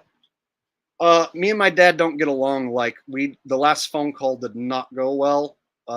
So we just don't get along. My dad reads the newspaper and thinks that his plan to change the world is going to work. And he will not listen to anything I say, and I don't want to listen to what he says because what he says is absolute goddamn garbage that he read in a newspaper. So we just do not get along, and so I don't see him coming on, sadly. I don't know. He doesn't have many years left, and there's not many people who want to talk to him.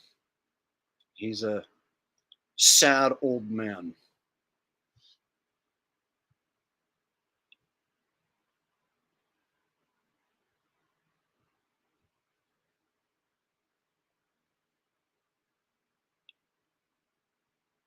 Tom says if he calls, there will be an Indian music in the beginning. I don't think Zach will come on. Hey, Zach, if you want, I'll send you a link to jump in the stream live with me. But I'm not going to call into your channel. Here's what happens when anyone calls Zach's phone number. He has your number, and then he doxes you. And if you call in with a blocked number and he does answer, you're going to be talking so low that no one will hear you. So if I call his phone, no one's going to be able to hear me because he keeps it so low so that he talks way louder, and then he'll over talk me. So there's no reason for me to call because all he's going to do is cuss at me and talk over me and then hang up on me when I start to make a point. So if I have him on here, that won't happen, of course, because I'll be able to make all the points I need to make, and I can kick him off if he won't shut up or mute him. So there's that. So I don't think he'll come on here with me. There's never been a shillbag who wanted to come on my channel. They always want me to go on their channel. See how that works?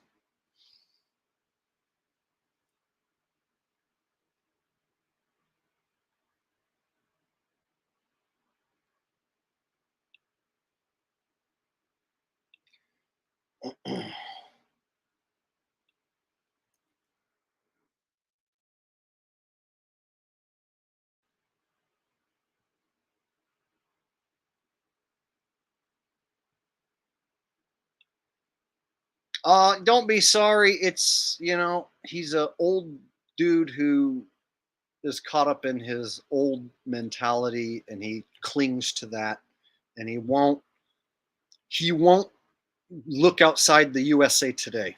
So he reads the USA Today and that is his Bible, and there ain't nothing his boy can tell him to change what his Bible says. And his Bible is the USA Today, which is the opposite of anything I'm thinking, of course. So whenever I try to tell him, like, that a shooting didn't happen,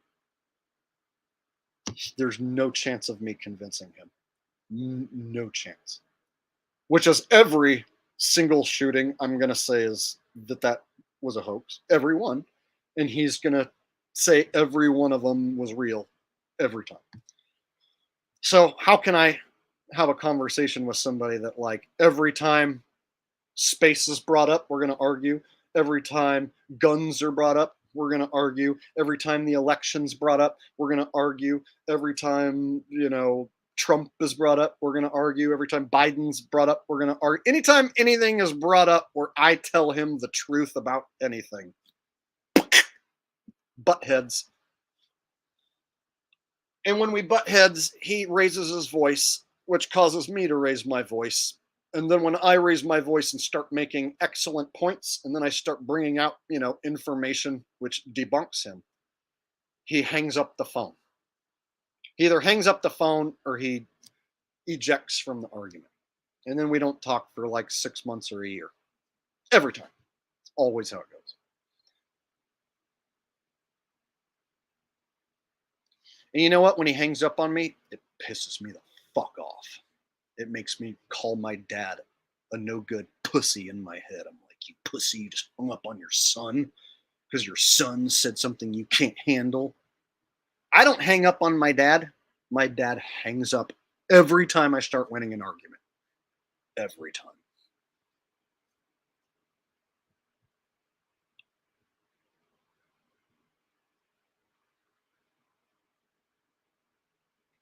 Check it out. If I want to get along with my dad, I have to be an entirely different person. I'm Jake the asshole. When I'm not doing this, I can talk to regular people who don't agree with me just fine. I get along with lots of family members just fine who don't agree with all my crazy opinions. My dad likes to force the fucking issue by making me listen to all his USA Today shit.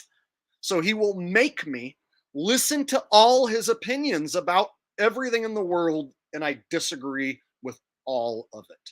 So in order to get along, I have to be like, yeah, Dad, that's totally right. I have to literally be someone who I'm not and pretend to agree with fucking horse shit. I can't do it. I can't do it. All my other family members don't make me do that. And I don't have to do that with them. So they don't watch my channel, my other family members. They don't agree with my theories, but we still can get along. My dad, he can't have anyone disagree with him because then he wants to argue and be right. And so when we do the argue thing, I start winning and then he fucking can't handle it. And I start winning because I can pull up facts and all he has is his newspaper.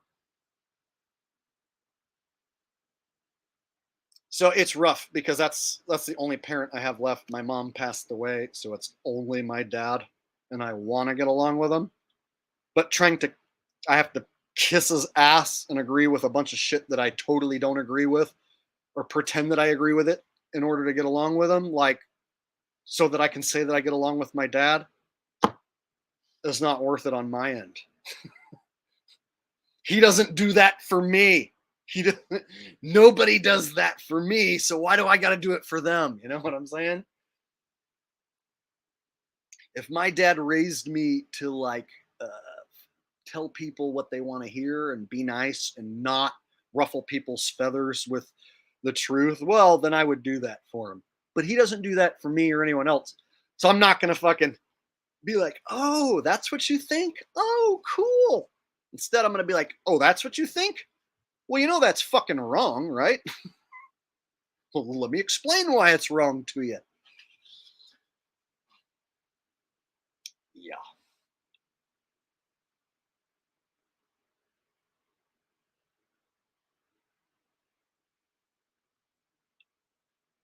Yeah. And see, my dad thinks that the USA Today is facts.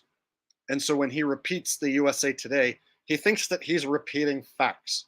So my dad's one of those fuckers who says things like, well, the scientists say blah, blah, blah, blah. Anyone who says that the scientists say and then da-da-da, oh, you're in an uphill battle because they think that the scientists already proved whatever that they're saying, even though they can't name one scientist. So I'll be the guy that's like, oh yeah, Dad, all the scientists say that? Name one of the scientists who say that, and then show me the data that from their experiment which proves it. And then my dad, he doesn't know any of the names of any scientists, and he's never looked at any fucking data from any experiment ever. But he's glad to tell me all the scientists say global warming is a fact. So one of the things me and my dad argue on almost every phone call, global warming. My dad will force global warming into a conversation where there is no fucking global warming. Hi, Dad, how you doing? Well, it's been getting hotter and hotter because of the global warming. Fuck! Here we go again. That's how it starts with my goddamn dad. He'll force global warming into our phone calls when there's no mention of any of it. And I'm a man who can't talk about global warming without getting pissed off because there ain't no globe and there ain't no warming. So if you're going to talk about global warming with me, I'm going to say, that's bullshit. And when I tell my dad that global warming is bullshit, he can't handle it. And then we argue. And that happens every fucking time that topic is brought up. So you would think that we would just agree to not talk about it. Well, he'll fucking bring it up, even if we agree to not talk about it. And then when I say, Dad, remember when you agreed to never talk about global warming because it causes a fight? He goes, oh, well, I guess I just forgot that. I'll never do it again. I promise. And then he'll do it again the next time we talk. Every time. Hey, Dad, remember when you said you weren't going to do that? Well, I'm old and I forget, so I guess I just forgot. That's my fucking dad every time. So if I sound like I'm really pissed off about it, it's because he makes me that angry. Every time. It's my dad. I would let it go. If it was anyone else, I would write them off, but it's my dad. And I want to be able to get along with him. But it's impossible. And he makes me this irate. No one makes me this irate. Except that guy. Who I'm trying to get along with. Just because he's my dad. Anyone else, I would say, fuck off forever. I hate you. Anyone else? It's only because he's my dad. Understand?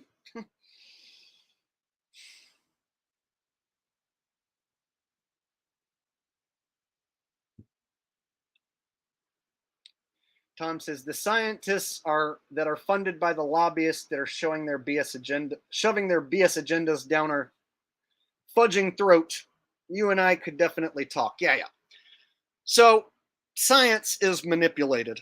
Who pays the scientists? Do the good guys of American Truth Foundation pay the scientists? Who pays the scientists? Are you there to watch every experiment that they do? How do you know that the data that a scientist comes up with hasn't been manipulated? Of course it has. By the people who pay the scientists. They want the data to reflect a certain outcome. That's why they pay the scientists to do that. So yeah, my dad can't wrap his head around a scientist being paid to fudge numbers. And if I tell my dad that a scientist can be paid to fudge numbers, he'll go, pfft. He won't even allow that topic as a discussion. No scientist in the history of the world has ever been paid to lie or manipulate an experiment ever, according to my dad. Every scientist who ever performed a fucking experiment that he ever read about in the USA Today was 100% the most, it is all truth, 100% legit. If you try and ask a question like, hey, how do you know? Argument! And he hangs up on you when you start to win. Okay, I'm going to shut up about that because now I'm getting super angry just thinking about it.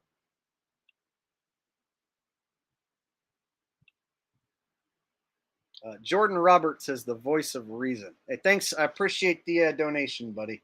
I try to be the voice of reason. The voice of truth in the world as best as I can put it. Now, Dud Bowl Center says, Jake, you sound like Aaron Rodgers. I do. I'm not trying to sound like Aaron Rodgers. I'm not trying to do an Aaron Rodgers impression. Tom says, then write off the science. They write off the science studies. Like, peer reviewed. It's like, when I review it, and I wasn't there to begin with, my review is that it's bullshit. So my review of mainstream science is it's mostly bullshit. I'm one of your peers, and in my review, mainstream science is full of liars and fake numbers. Mainstream science is a farce. Science is, like what you use in experiment, like when you perform experiments and you actually prove things. I'm all about that. I'm all for doing real science and real experiments and really proving things. When it comes to mainstream science, yeah, that's bullshit. And they haven't proven a damn thing in most cases.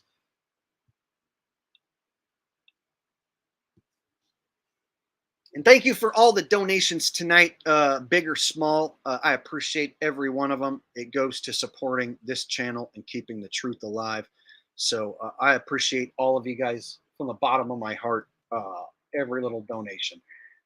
I go out of my way to make sure to never lead anyone astray in any sort of situation on any topic at all. So I basically try to be as transparent and give it to you as best that I possibly can. And so when I take apart a scammer like Zach, I truly am the opposite of someone like that in every way, shape, or form.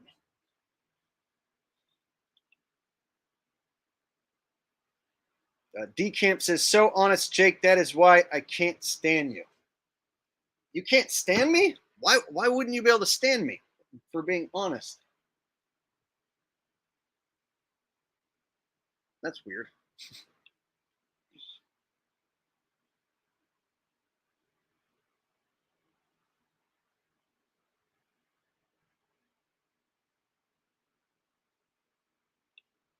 Indeed, scientists are government shills most of the times. So you even have, a step higher than that, or several steps higher. Guys like Neil deGrasse Tyson, he's a supposed astrophysicist, world renowned. And so when a guy like that talks, people think that because he went to school and he's a world renowned astrophysicist, that therefore there must be, a high level of truth and accuracy to what he's saying. And it's the exact opposite. There's very little truth and very little accuracy in anything that guy says. And I've proven that over and over again. So they have guys out there who are Disney characters, who are professional liars, who are looked at as some of the smartest people in the world, and they're literally lying to you more so than anyone in the world, whether they know it or not. So a guy like Neil deGrasse Tyson, I don't know if he knows how much he's lying or whether he believes his own lies. So I often wonder what a guy like Neil really does know. Like, does Neil think that the earth is flat and he knows it's not a globe? Or is he totally full of his own shit thinking that he's on a globe in outer space? So some of these guys are deceitful and they know they're lying and they're happy, to be paid liars. But then there's other guys who are unknowingly lying, who are useful idiots spewing what they think is true.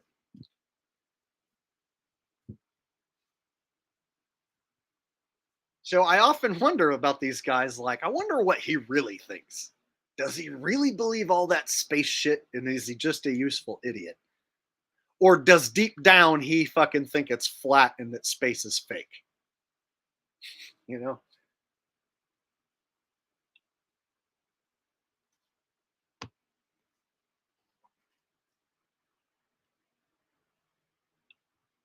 Right, Shay? Shay's here. Does Neil deGrasse think it's actually a pair? Like, does he really, really think that?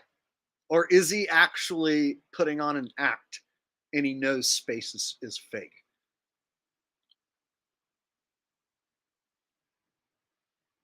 I can't tell. I genuinely can't tell with that man.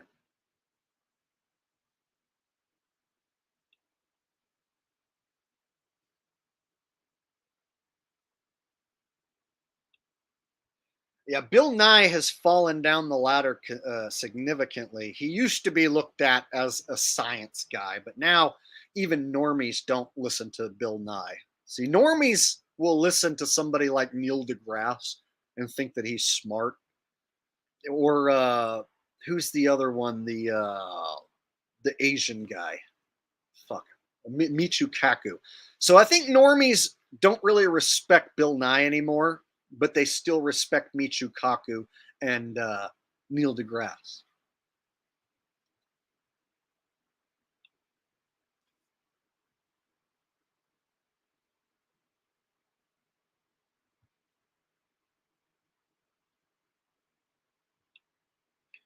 What do I think about Tartaria? Anything that happened long before I was born? Mystery. They've lied so much about my history that basically everything that happened before I was born is like, take it with a grain of salt. Whatever you look up, I mean, history is absolutely tainted with lies. So trying to figure out what happened a long, long time ago and piece it all together with all the lies, it's damn near impossible. Furthermore, I think we live in some sort of computer simulation. Like we live in like a hyper realistic simulation. I don't think this is a genuine organic world that we live in.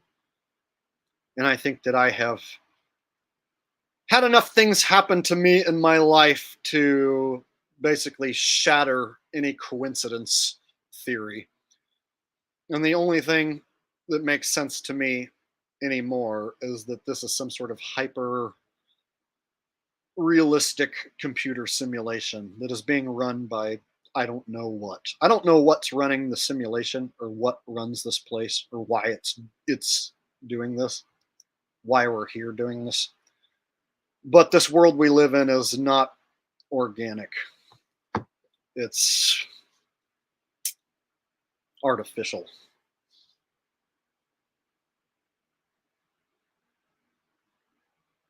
Like when you get hurt, you're going to bleed blood, you're going to feel pain. But when you die, you're basically going to be hit with the knowledge that, oh yeah, see, it was like this gigantic game. Would you like to go back and try it again? And they'll convince you to go back and relive the game again. And then you'll pop out of a woman's vagina crying and restart the game again. And you'll be like, fuck, I'm here again. That's what will happen.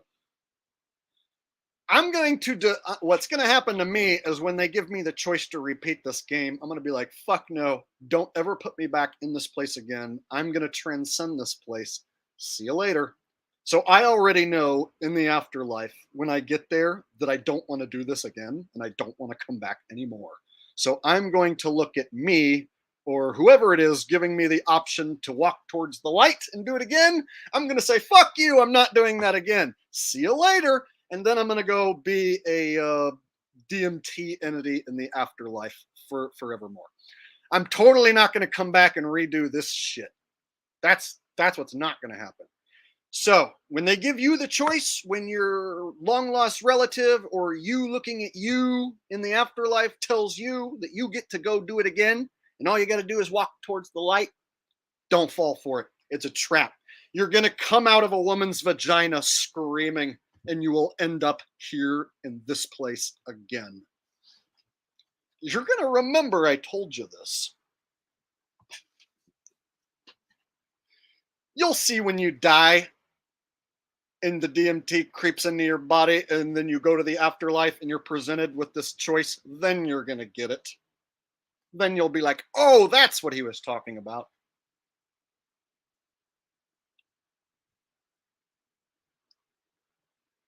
All right, this is part of my comedy routine. Do I know that that's what's going to happen? No, but it is fun to talk about in a comedy stream. Remember, guys, it's a comedy stream. Lighten up.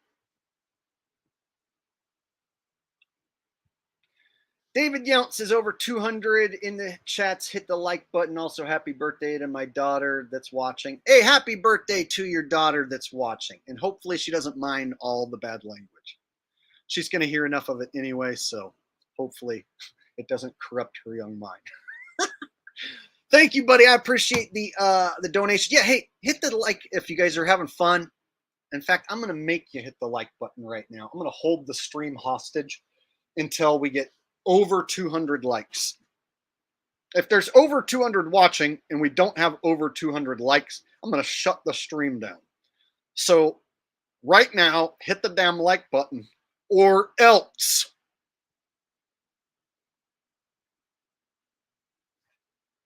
That's how that's done. You're going to want to hit the like button. Otherwise, everything stops. And I'll never stream again. Okay? So hit the like button. And I'll keep going. That's how I do it. That's how I get likes. I threaten everyone. And it works. It works like a fucking charm. All right. Dud Bull Center says, what are your thoughts on the Bible? That's a book that's been tainted by men. All religions have been tainted by men. Men who want to control your mind. So if you think God wrote a book, stuck it here, and that no one ever messed with it, well, I hate to say it, but you got duped. So I'm not going to talk bad about the book. There's some good stuff in there, but it was also tainted by men who want to control your mind. All religions were created to control your mind. All of them.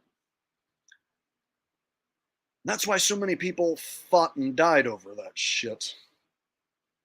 Because everybody, you know, wants control over who runs this place.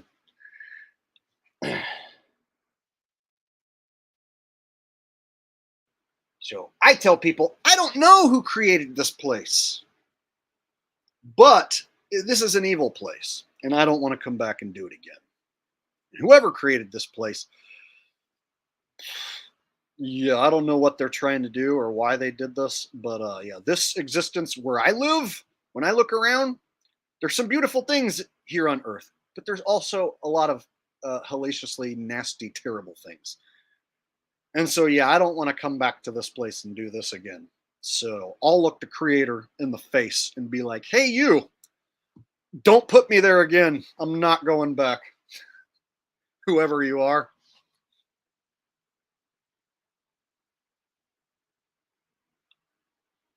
And if I'm the creator, I'm going to decide I don't want to come back here again.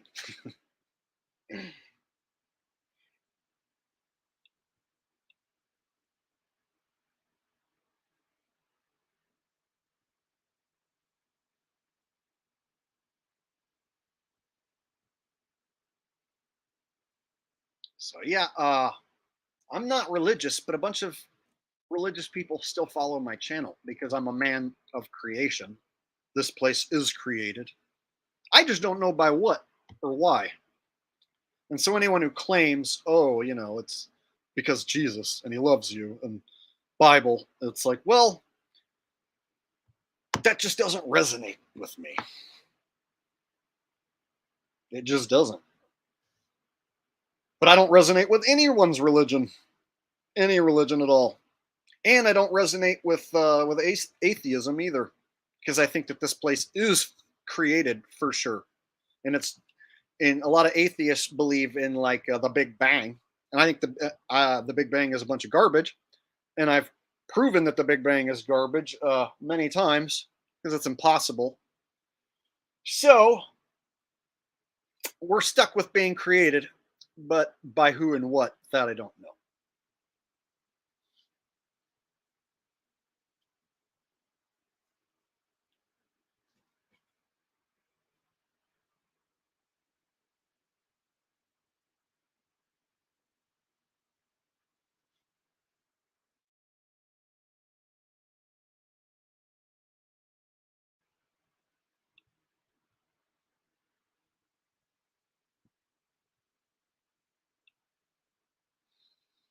Yeah, it might be illegal to read the Bible in some countries, but that doesn't mean it's necessarily the truth. You see what I'm saying?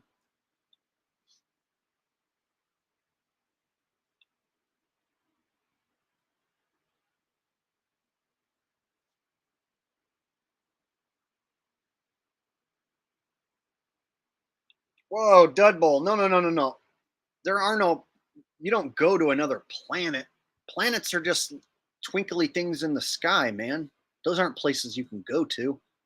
I don't know if you're new here, but outer space is fake as far as space travel and what NASA says is true, and going to other planets and stuff. That's impossible, and you can't even go there. It's not a place to go. So Mars is a red twinkly dot. Look at it through a telescope. It's a twinkly dot. There is no desert world to go to and rover around. The other planets like Jupiter, it's just a it's a circle that has lines going through it. It's not a gas giant that's 50 times bigger than the Earth or whatever. So a lot of what they say is just absolute hogwash bullshit. And what's true is it's just like a thing that you can see, but you can't go there. And it's not even a place that anyone can go, even if you had a rocket or whatever.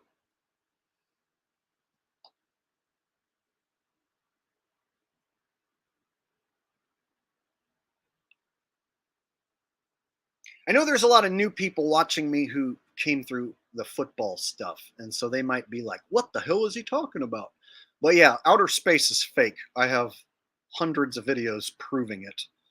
And so everything from the moon landing to the space station to the Mars rover is 100% fake. And I've proven all of those things are fake over and over and over and over again. So I have an excellent catalog to prove every bit of space travel is fake as fuck. I would go toe to toe with anybody saying that space travel is real, and I would wipe the floor with them.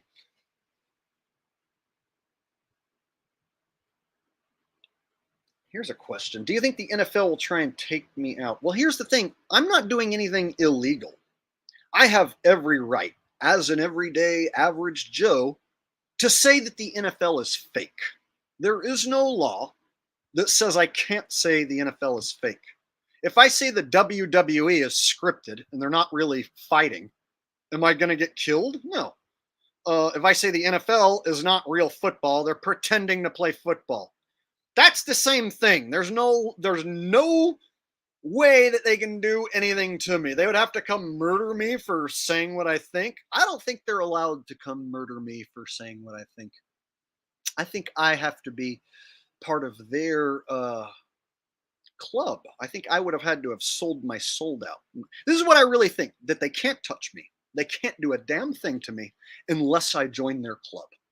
And then they can disembowel me if I step out of line. So they need my permission to kill me. And the only way they're going to get my permission to kill me is if I get to become famous and a millionaire by joining their club. So if they offer me to join their club by giving out losing picks or stop being Jake the asshole, and I join their club for money, well, in the fine print of joining their club means they get to kill me. And so as long as I don't join their club, they can't do jack shit. That's how it works, I'm pretty sure. In this evil realm, they can't touch me. Because I am my own man, and I own this soul, and I own everything that comes out of my face. All the words that I say, everything that I do here is mine. Nobody owns a goddamn bit of it. YouTube gets a cut of my action, but they're letting me do this, so that's besides the point. Nobody owns a thing of what I do, think, or feel at all. And so they can't come along and kill me, because that would kind of make me a martyr and basically make me a legend. It would make me the internet Jesus at that point if they came along and killed me. Right? But they could, but it wouldn't make the fake football go away. And my name would live on forever as the guy who exposed that football's fake and then mysteriously died. Which would add even more weight to the proof that I've already showed you. So I've proved the NFL's fake. My picks are winning, which even more proves that it's fake. So if they kill me, well, fuck. I guess that would make me basically a legend forever, if I'm not already. So come kill me, motherfuckers. Hey, NFL, if you're watching, come kill me, bros. I'm just going to leave this place and become a DMT entity forever anyway, so who cares? And again, this is a comedy routine. This is all for fun and laughs. Don't anyone take any of this seriously, except for the parts where I'm telling the truth. That you should take serious. All the rest of the parts where I'm joking, you should just laugh. All right.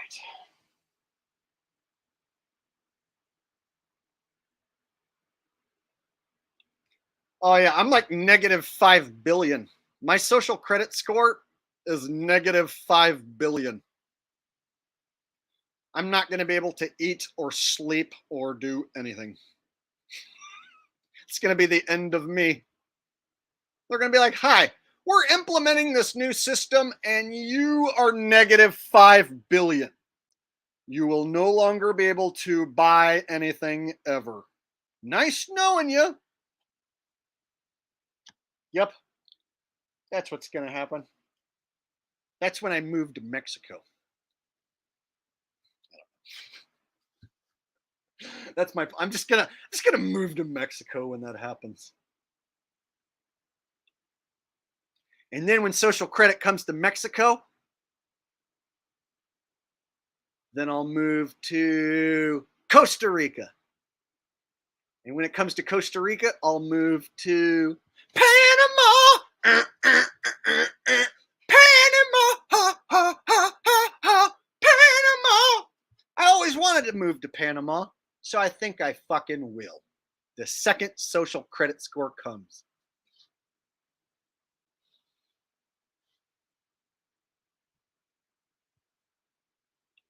Talk Kirk Cousins. Fake injury. The end. If the YouTube doctor says you snapped your Achilles without actually performing any sort of, without actually seeing the patient live, if a YouTube doctor says that your Achilles snapped, then that means it's fake. Simple as that. When the YouTube doctor guy who specifically works with the NFL shows up to tell you that someone's injured, then it's fake.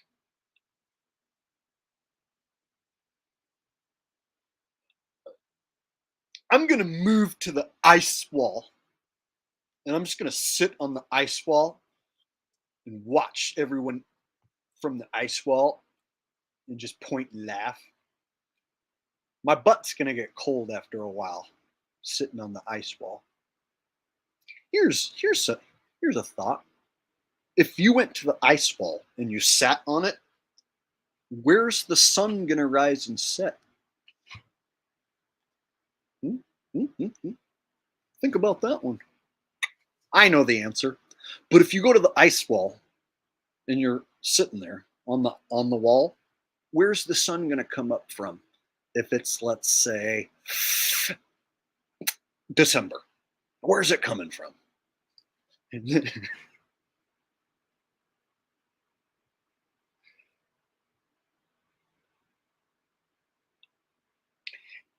Anyone who knows the answer to that will also know why no map or model makes any sense.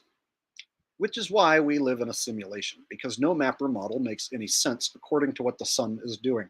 The sun is doing something that doesn't make sense. So that pretty much means we're in a simulation. Easy as that.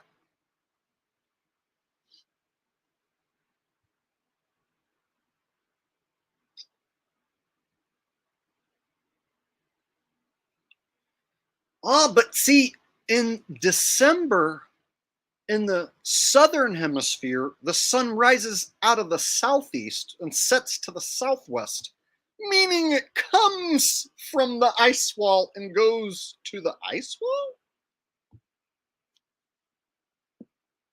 Yep, it does.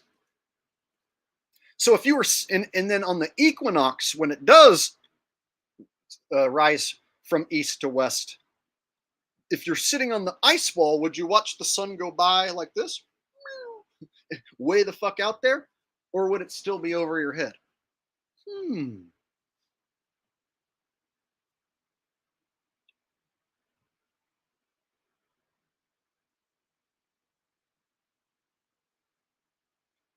All right, you guys ready? Here it is in a nutshell. Celestial navigation uses a mean sun. As in a sun that's not nice? No, as in a virtual sun. Do you guys know that celestial navigation uses a virtual sun? You know why? Does anybody know why they use a virtual sun? That's because if you observe the real sun, your observation angles will be irregular, and they won't match up to other observation angles around the world. They won't triangulate back to one sun, and your fucking celestial navigation will be impossible. The only way celestial navigation is possible is if you use a virtual sun that goes around the Earth in 24 hours. Oh, and you also have to use virtual stars and a virtual moon. You can't use the real stars or the real sun or the real moon because you will fucking fail. So what does that tell you? If celestial navigation doesn't use the sun or the stars or the moon,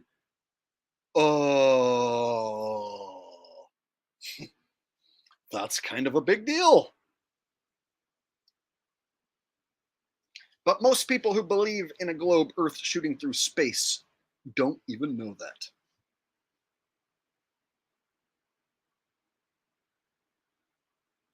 Yeah, see, the real sun, if you go out and observe it, somebody 1,000 miles north of you will see it, and somebody 1,000 miles south of you will see it, and those angles won't triangulate back to the same sun. So then does that mean there's two suns? No, here's the problem. 1 million people looking at the sun, you'll have 1 million angles that don't fucking triangulate back to the same sun. So that means you need 1 million suns. For each observer, you need a sun. So that means we all see our own sun. If we all see our own sun, then that means we live in a simulation. End of story.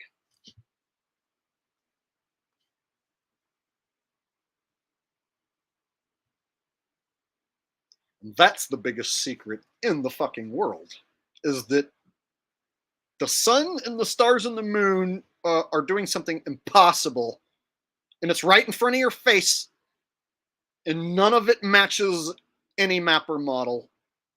And in fact, the only thing that you can say when you realize this is that, oh my God, we live in a simulation. It's the only fucking thing left.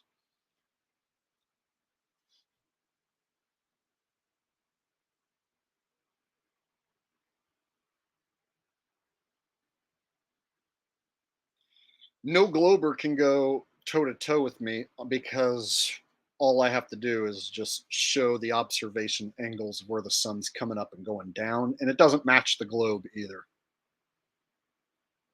So the globe doesn't solve the issue. The flat Earth map with the circle sun, that doesn't work. Rectangle with one sun going across, that don't work neither. So the maps are working maps. The circle map, the rectangle map, and the globe map are working maps, but they aren't working models. So you can travel from one country to the next on a boat by looking at the Mercator map or the circle map or the globe. But all those models all have you encapsulated, and they don't show any of the lands that they could possibly have hidden from you. All of them, globe confines you to a ball. The circle map, well, now you're inside of a snow globe, confined by the ice wall.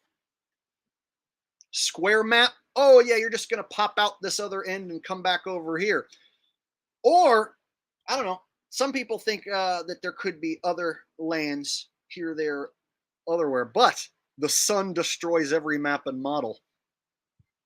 So if there is going to be other lands hidden from us, it's not going to go with the circle map with different pawns, and it's not going to go with the Mercator. All the maps are basically mind fucks. So if there is other land to go to, all these models are designed to keep us from figuring out where those places are and how to get to those places. So I think there are extra lands being hidden from us. This place could be way, way bigger than we possibly imagine. And I think we're being contained to a certain area.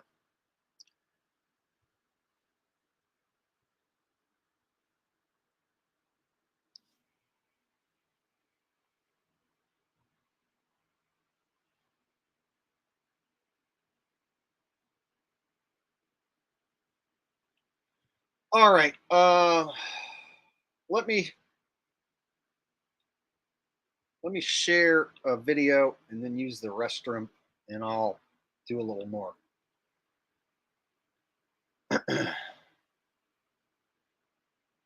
All right. What do I want to show?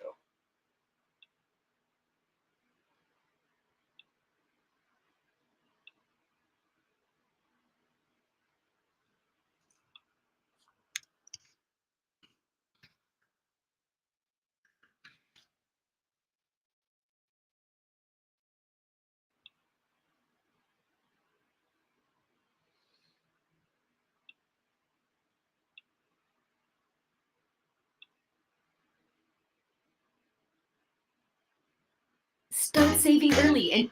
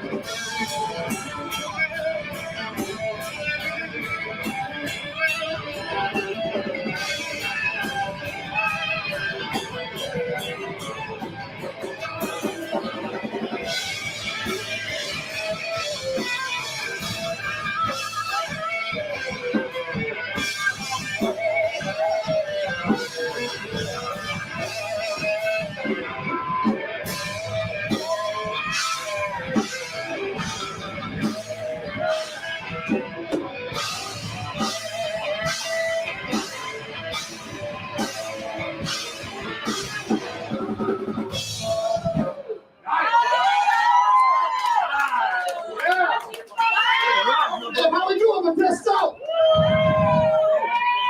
It's about goddamn time all the people from outside came the fucking inside.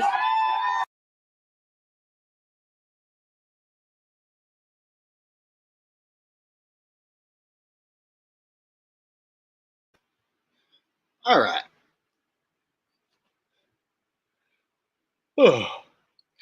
So I know audio might not be great. That was a live performance, and I'm streaming, so might not be the greatest audio. But anyway, that was a video from 2014. Holy shit! Time flies. And that was a band called Z Strain. That was my original band. Here's the great news, and I'm breaking this now, and I'm so happy. I have reunited with my longtime friend from that video, and we are going to create new music. You guys, when the NFL season ends, not only am I going to create new music, I'm going to have some really talented people helping me, and I'm going to create the best music that I've ever created. And you guys know I've never released a shitty song. I've never put out a song that people were like, I don't know about that one, right? Every song I've ever put out has been a banger. And you guys know that, like, when I play music and when I put out a music track, like, I'm not fucking around. I'm going to be making music with the intention of changing the world. Johnny Ringo with a donation. Thank you very much, buddy. I appreciate that.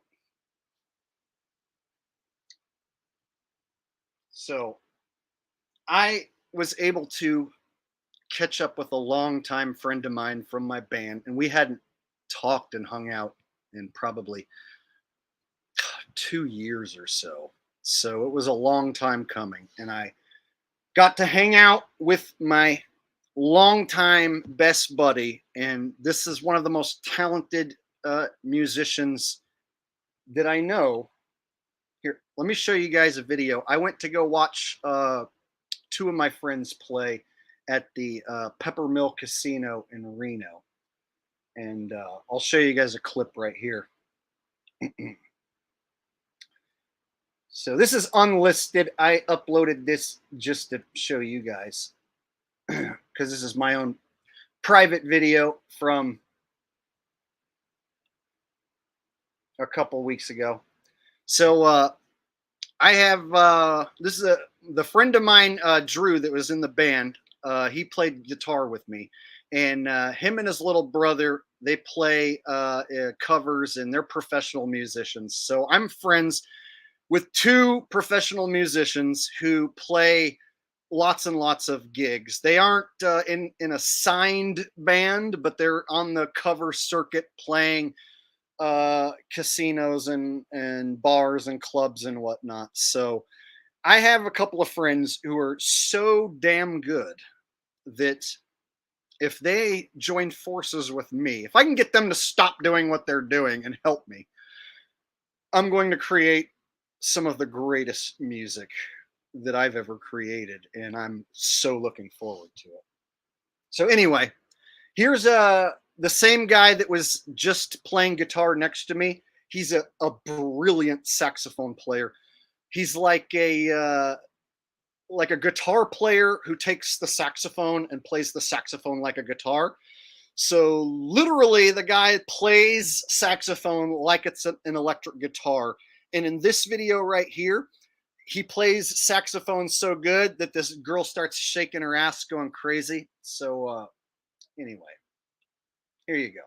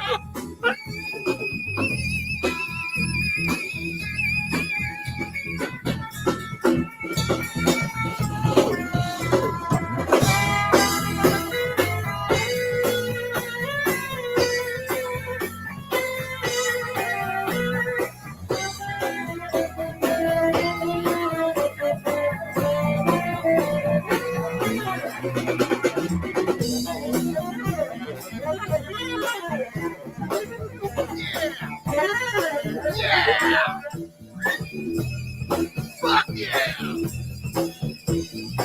it up for Andrew Wilson on the saxophone.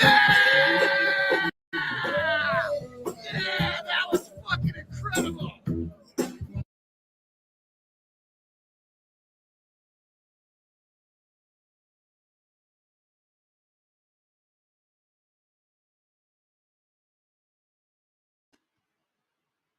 All right. So that was my personal footage from a couple of weeks ago. I went to go watch my friends play in Reno.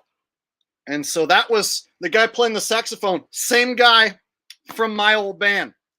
So I hadn't hung out with him in a couple of years. So I went and watched him play, and they were really fucking good, man. Like, that clip right there was just one little clip. Like, they were really so good. And I was sitting there the whole time thinking, dude, if I can get these motherfuckers to stop and help me on at least one song, I'm going to have lightning in a bottle. And so that's the plan. I'm going to get that motherfucker on my next jam. And I'm excited because not only is he a brilliant saxophone player, he's an amazing guitar player. And when it comes to recording, he's a great recording engineer. And so I know when I get my bass and my vocals with that man's guitar and saxophone solo, I'm going to put out a fucking banger like I have never put out before. And I am looking forward to it. I just got to figure out exactly how I want it to go. So I still got to figure that out. How exactly I want it to go and what do I want it to say. So imagine knowing you're going to work with somebody really talented and you're going to do something awesome, but you just don't quite know what you're going to do yet. So yeah, I got to sit down and like figure out my next banger. All right. Got a couple super chats coming in, it looks like, and I got one. Johnny Ringo coming in with a super chat says, hey Jake, how many souls have you sent on your DMT? Is that, or is what you are saying is true, that other place you go must be crowded because more and more are born every day? It's organic. No, it's not overcrowded when you're in the other realm. And yeah, the few times I have tampered with that drug, I've had some crazy out-of-body experiences that have changed me forever. But no, it wasn't overcrowded at all.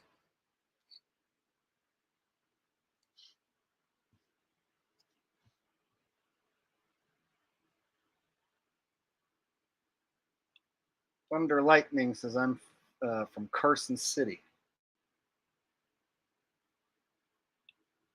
Yeah, see, so the guy in this video here, this is my longtime friend and guitarist from my old band. And him and his little brother. So this is my friend Drew, and then this is his little brother over here, and his little brother is the one who runs this band.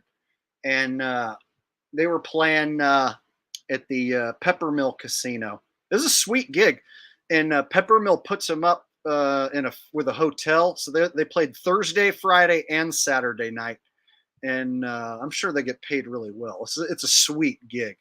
And so I drove out to Reno specifically to surprise Drew, who didn't know I was going to show up. So I hadn't seen him in a couple of years. And so when they were on a break, I showed up. I came up right behind him, like so that he didn't know I was standing like right next to him. And then he turns around, and I was like right there. He's like, "Holy shit!" So anyway, I'm very, very excited to be able to work with these awesome musicians. So yeah, end of football season is when I get to work on new music.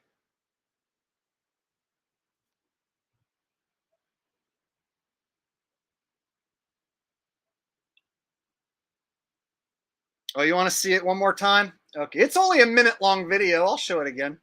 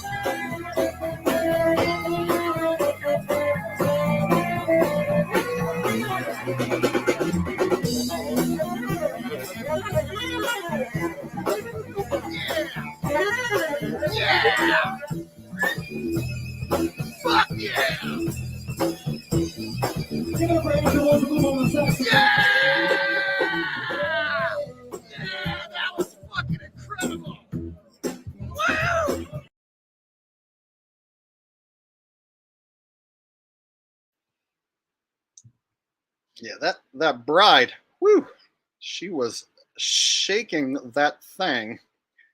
Woo, and she was not wearing panties. So there were several times where that thing came hanging out. I didn't get it on camera, but if I did, the whole channel would come down. So, but trust me, she wasn't wearing any.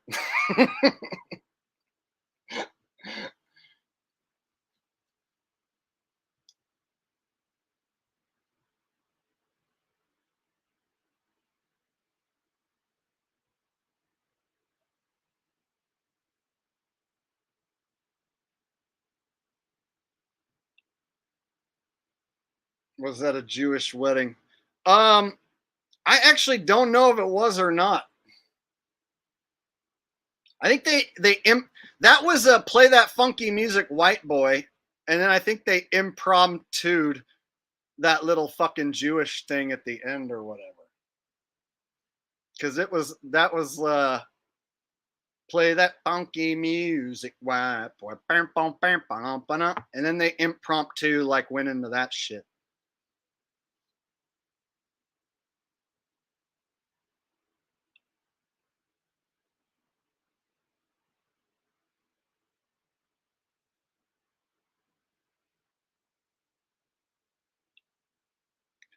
Johnny Ringo said, designed by love, we are put in a place where we are made up of the elements that are here.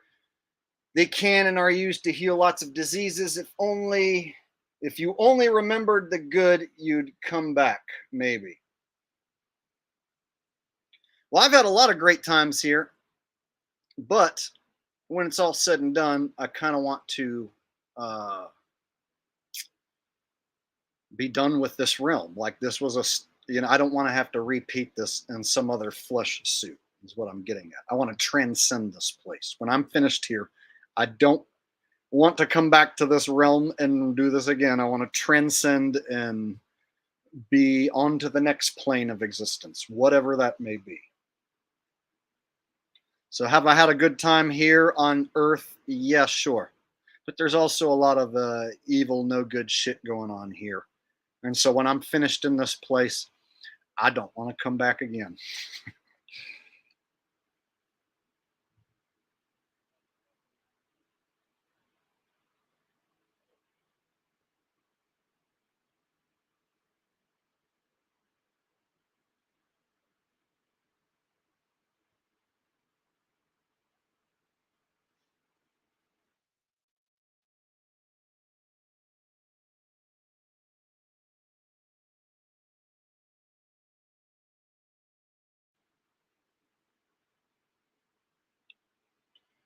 Perhaps it is this energy that is attracting us all here right now, right? All feeding off this same energy, this little group that many people would consider crazy, right? Here we are exchanging this awesome energy in this crazy little group. Where else would you rather be?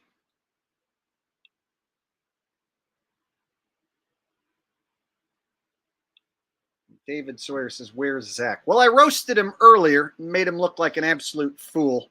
And then I think he showed up with the sock account. And then when I challenged the sock account to come on here with me, he disappeared. So my guess is tomorrow he'll show up and go on a rant on his channel, cussing at me and insulting me. And then he'll want me to call him. I think that's what'll happen. But one thing he won't do is show me picking better games than him. He won't show that part.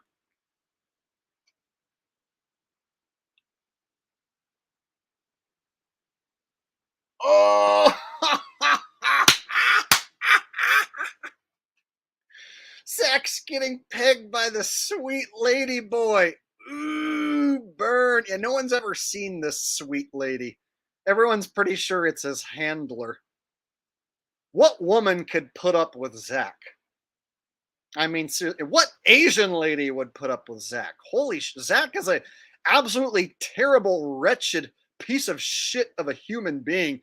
I don't know how any woman could put up with that. I know that there are women who like guys who are toxic and dicks, but Zach is just a wretched, horrible piece of shit of a human being. Like, whatever woman wants that guy in a romantic manner, like, holy shit, that more messed up than he is.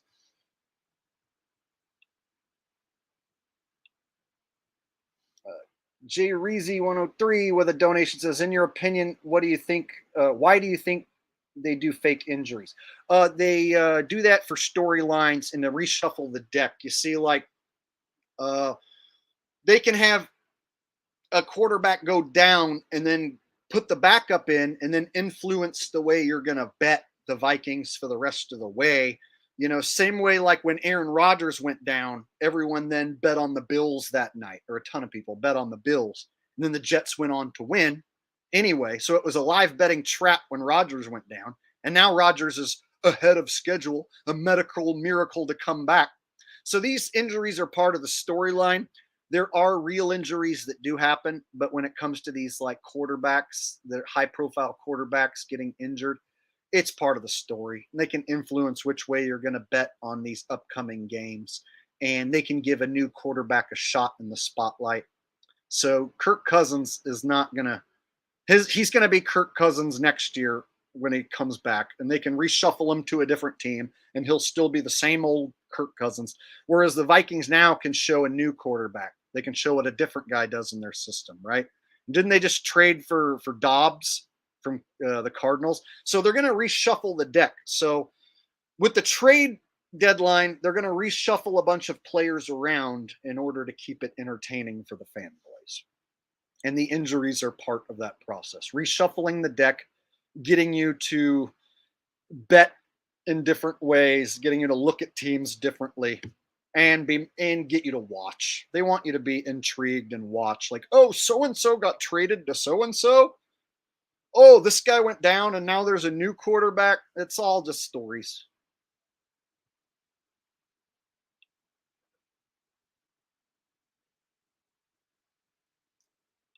Yeah, it's a soap opera.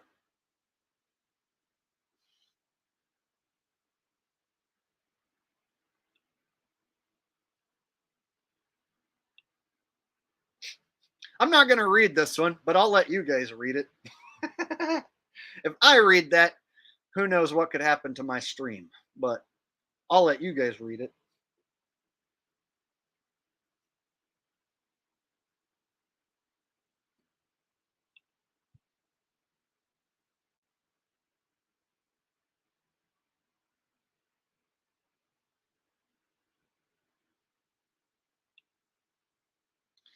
Lions won't go to the Super Bowl, and let me explain why. The Super Bowl is in Las Vegas for the first time ever.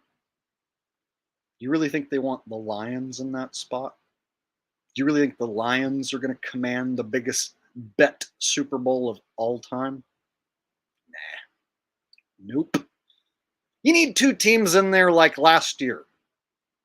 Eagles, Chiefs. Yeah, that will push the needle. An Eagles Chiefs rematch, or a Dolphins Eagles match, or a 49ers Chiefs match. These are matchups that will move the needle and draw tons of bets. The Lions aren't going to the Super Bowl because they want it to be the most bet Super Bowl of all time. Do you realize Las Vegas is a Super Bowl destination before there was ever a team in Las Vegas?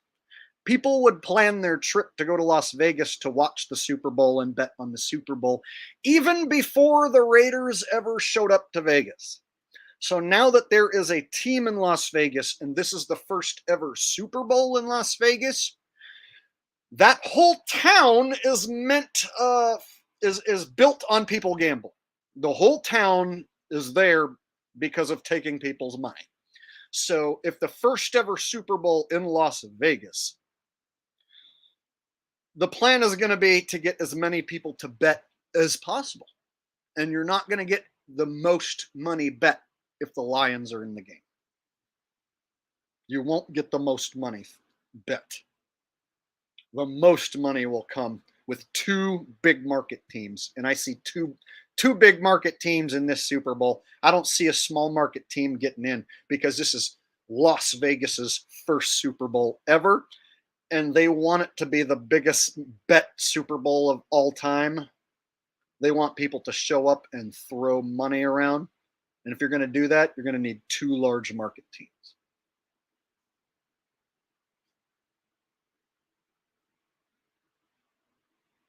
A small market team sneaking into the Super Bowl happens on occasion, but it's not going to happen in Las Vegas.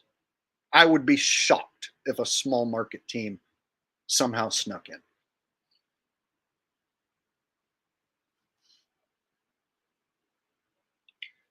No chance do the Seahawks go because Geno Smith doesn't fit the profile.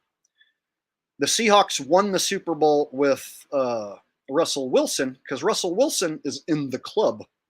Geno Smith is not in the club. Geno Smith doesn't get to sit courtside with Jay-Z and Beyonce at a Lakers game. Russell Wilson does. Russell Wilson is in the club. He got to win the Super Bowl. The Seahawks won't go back to the Super Bowl if Geno Smith is their quarterback. And they will never win a Super Bowl if Geno Smith is the quarterback because they won't put Geno Smith on the podium as the Super Bowl champion. They won't do that. That's never going to happen. It's not because he's not a good enough quarterback. All the quarterback's talent is fake, all of them. So a quarterback being good enough or bad, he's not in the club. So the only quarterbacks that are going to get to stand up on that podium are going to be guys in that club who fit the bill.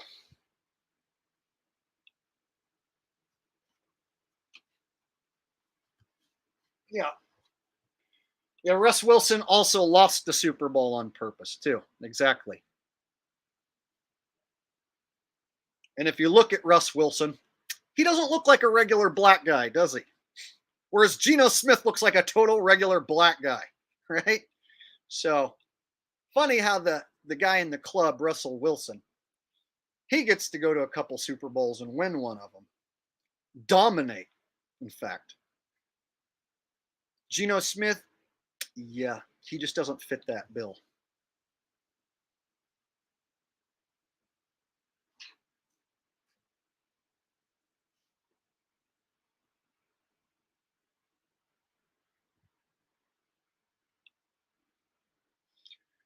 Yeah, at some point the Raiders are going to end up winning a Super Bowl in that town because they already gave they gave the championship to the hockey team within like a couple seasons, right? So didn't take them long to make the Las Vegas hockey team champions.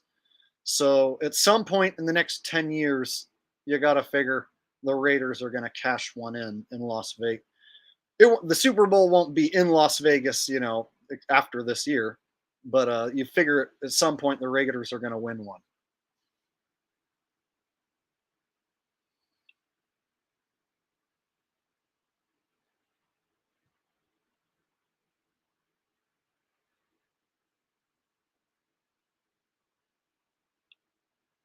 Well, you're talking about a different era, my man. That's an entirely different era of football. Back when defenses were still laying people out. So the Baltimore defense back then, and the games were still rigged and phony, but they also were playing tougher defense. Guys were hitting harder. There were more real injuries back then because the game was more real. It was still fixed, but it was more real back then. And the reason why Dilfer got that one was because the Giants were the large market team, and the Ravens were basically nobody was betting on them. So everyone bet on the Giants. The money was on the Giants in that game, and so they just had the Ravens roll them up in a boring Super Bowl. And that was back before, live betting. So they didn't need to control every little tiny play the way they do now. See, now, because of live betting and player props and people being able to bet on every little thing, that means every little thing is fixed and scripted. So back then, they could script a blowout, but not have every single little player prop and every little fucking thing quite as planned out and scripted like they do now. And you got to, back then, the Super Bowl was still being bet a lot. There's still a lot of money, but nowhere near as much money now. The amount of money that's going to be on the line this year in this year's Super Bowl will be an ungodly amount of money. Whereas 10 years ago, 20 years ago, before live betting, there's a lot of money on the line, but nothing like now. Now they have ads that tell you to bet in the stadium. There never was ads in the stadium telling you to bet MGM. If you go to a Raider game, it literally has an ad in your face telling you to fucking bet, basically. So that right there, people in the stadium being able to whip out their phone while they're drunk and bet, we're talking about billions more than that used to be bet. So, yeah, there used to be lots of money bet on the Super Bowl, and now there's ungodly amounts of money bet on the Super Bowl.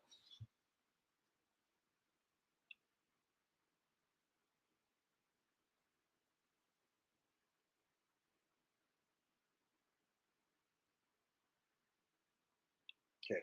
I already explained it, I think, a couple times, but Rodgers' injury was a live betting trap. Rodgers coming back to the Jets to take them to the playoffs is a trap. It's worth money to talk about. So talking about Aaron Rodgers coming back fills segments. It's worth money. And when he does come back, people are going to bet on him and the Jets. And people are going to bet that the Jets are going to go to the Super Bowl and win. All you got to do, have him lose. And guess who is going to bet on Aaron to lose? Me.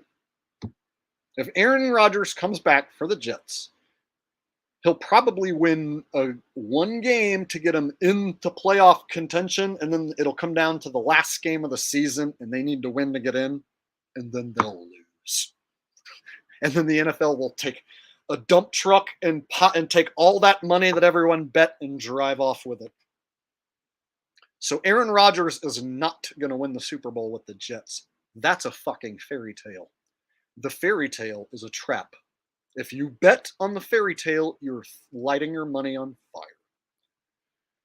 Now, if he does go and win and prove me wrong, I'll be sure to eat my own shit and apologize. But I'm telling you, Aaron Rodgers winning the Super Bowl is a fairy tale, and people winning money on Aaron Rodgers winning the Super Bowl is an even bigger fairy tale. Never gonna happen. You know what will happen?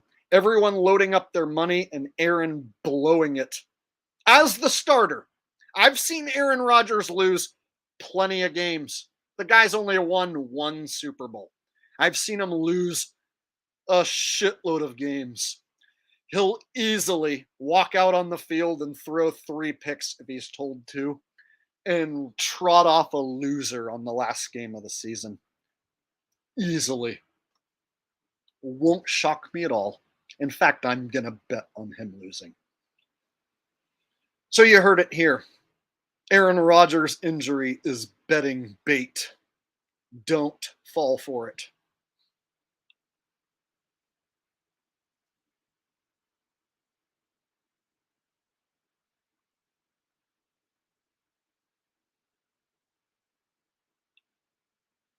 Miguel Montoya says, stop killing children. Who are you talking to?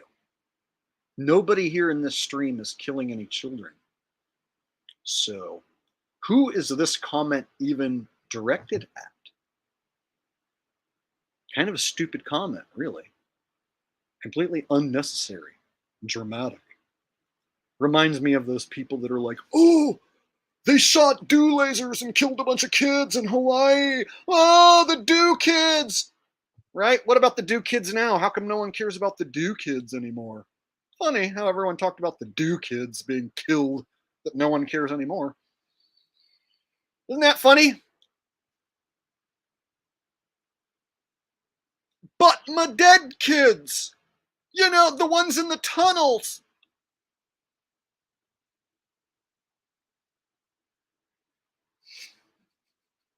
Yeah, that's one of those comments that shows up once and then you never hear from them ever again.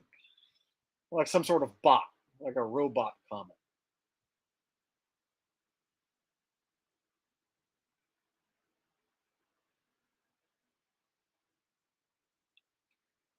Hibbler is a fucking shill. So Hibbler has good production and good editing quality, and his videos look visually appealing, but he's a fucking shill. Just so you know. He's a AE map circle, sun going in a circle, hang out with ODD TV, suck his dick, chill. Him and ODD were big time buddies, repeating a bunch of disinfo about the sun going in a circle over the AE map. Dude's a shill piece of shit. He's good at editing.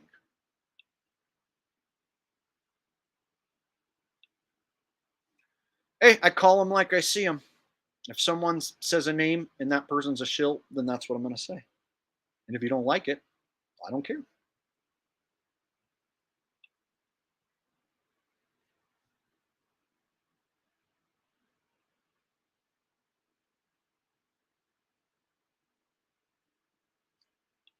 Yeah, the reason why you don't hear about ODD anymore is because I think he's locked up. I think he has been locked up for a long time. Wow, imagine that. A sex offender who worked with the government to reduce his sentence somehow messed up and got locked up again. Crazy how that worked out. No, I don't have a problem saying that because that motherfucker used my name a few times and tried to insinuate that, like, I'm a liar and the things I say about him aren't true. Okay.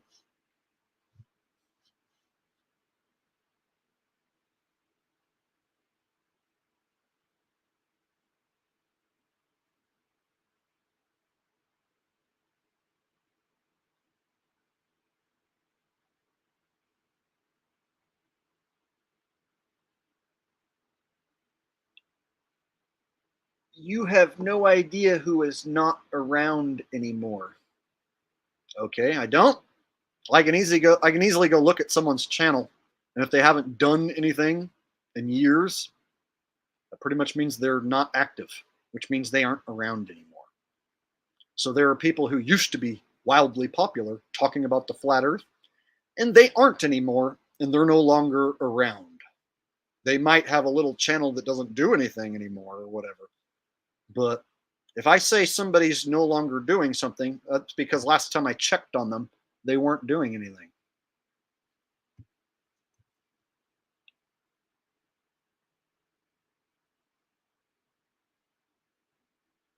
Yeah, everybody liked him back then, Leslie.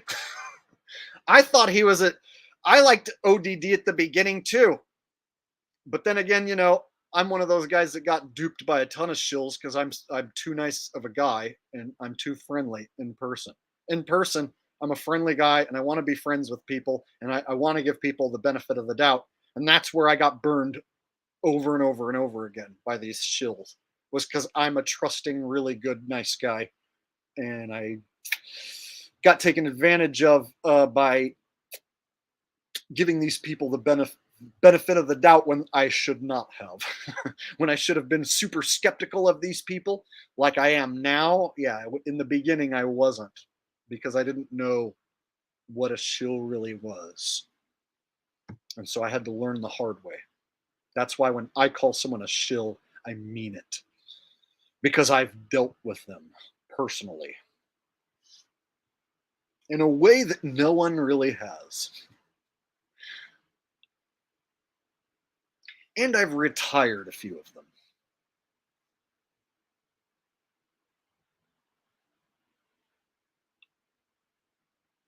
After the fact, Zach also an offender. I haven't heard about that, but it wouldn't shock me if he was.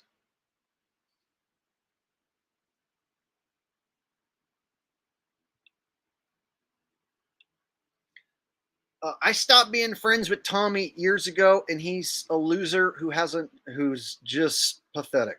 And so, Tommy, what really led to me and Tommy no longer talking was I made fun of cryptocurrency, and he fucking got mad and said he wouldn't be my friend anymore if I called cryptocurrency gay. I called cryptocurrency gay, and he called me on the phone and said that when I say the word gay that he cringes, and that when I say faggot and when I say gay that that's not politically acceptable anymore, and that he cringes when I do that, and that if I talk bad about crypto he doesn't want to be my friend.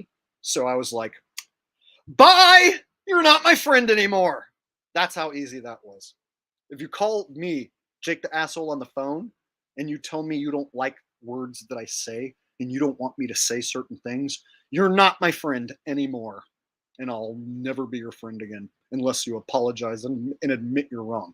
So if he comes back and says, Jake, you were totally right and I was totally wrong, then I would let him be my friend again. But he won't do that. So that'll never happen. So we're never going to be friends again. Simple as that.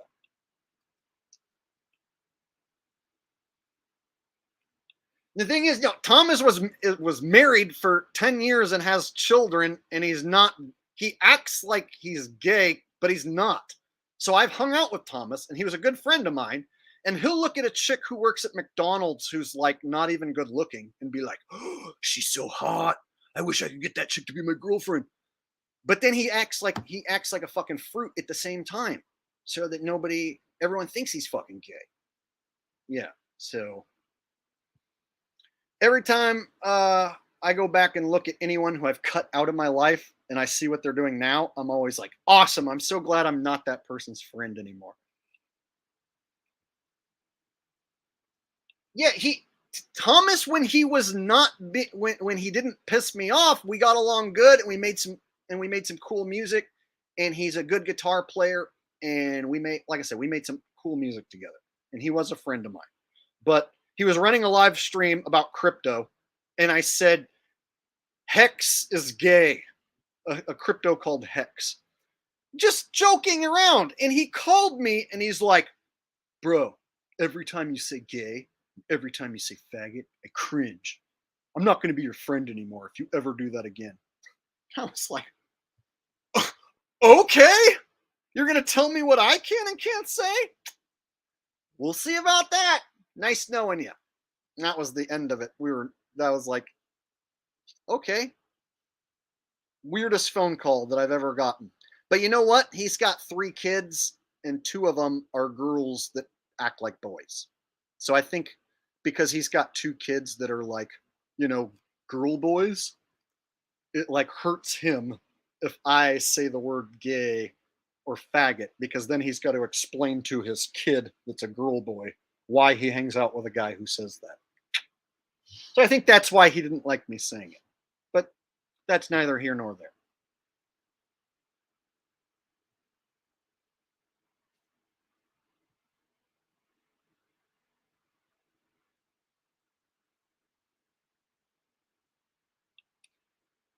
Yeah, exactly. It's not just that, I like to say the N word. And he told me that if I say the N word, that he doesn't want to be my friend. I just like saying the N word. I think it's fun.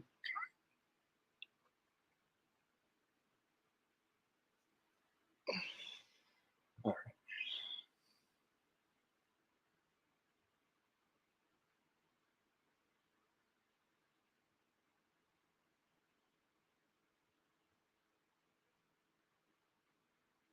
A lot of people talking about Taylor Swift. Taylor Swift's a guy. Taylor Swift is Anton LaVey's wife. Taylor Swift is the devil. Taylor Swift is Satan's sperm daughter. I don't know. Yes, she's all those things. Okay, is everyone happy? Taylor Swift is an evil piece of shit. Everyone cool? All right. Glad we got that out of the way.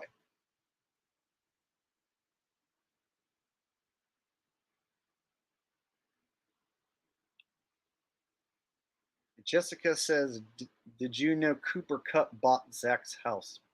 I didn't know that. That's news to me. That is kind of weird that an NFL player would buy Zachary K. Hubbard's house. That is a bit strange. I don't know. I haven't checked on that story, but if it's true, that is weird.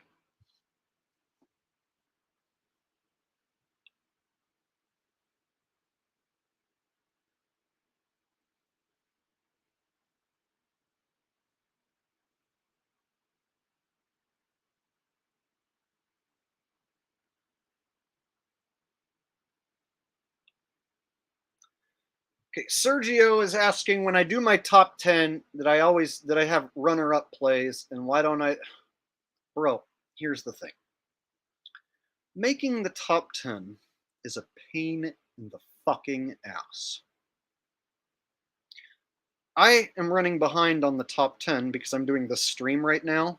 So that means tonight, when I finish the stream, I have to watch all the replays and make the top 10 list, which takes so many hours to do, and it sucks. It's not fun.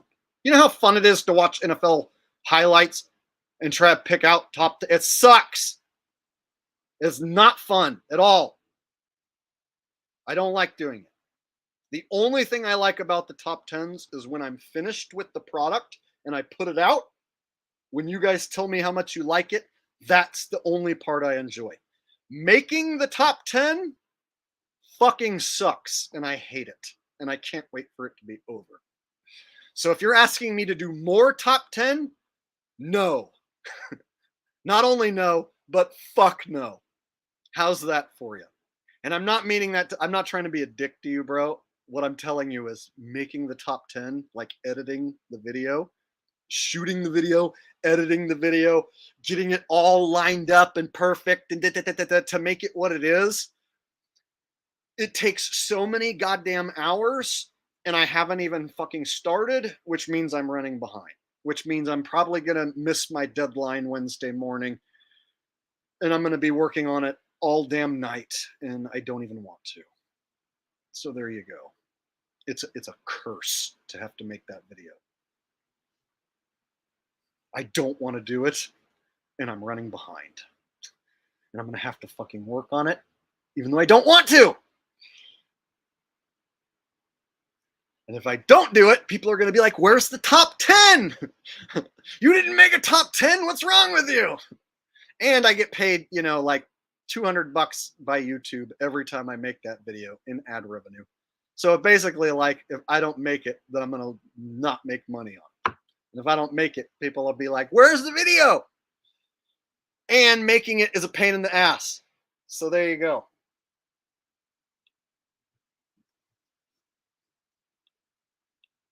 Well, yeah, see, by the time the next week's game, so if I don't get it out by Wednesday, by Thursday, then people are already thinking about the next week's games. So there's time constraint. I can't put out the most rigged plays, of week 8 in week 11. You know what I'm saying? People want it right. People already want it. People are like, where's that top 10? So if I don't have it out by tomorrow, then we go into Thursday starting a new week.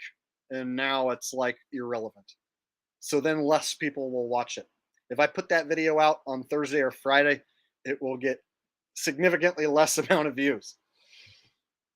So there's literally a time constraint. So I don't have any, there's no actual deadline, but what I'm saying is like, I put that video out on Wednesday and I haven't started and it's Tuesday night. So what does that tell you? That means when I finish this, I have to start working on that shit that I don't want to work on.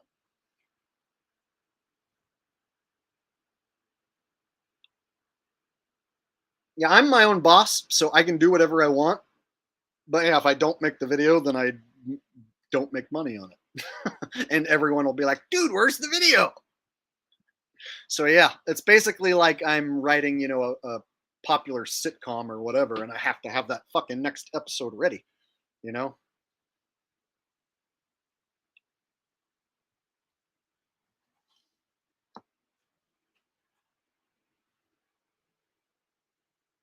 I might have to cut corners and like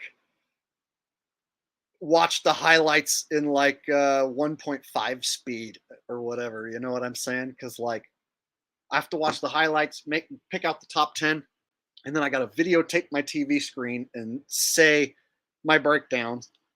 And then I have to take all that footage and edit it and put it in order and then line up the music and get everything all lined up just right. Ugh, sucks. I don't know. I'm dreading it. Normally, I don't do a stream on Tuesday. So normally I'm working on that like right now. So yeah, by me doing this right here, I'm putting myself behind. But you guys don't care. So it won't matter.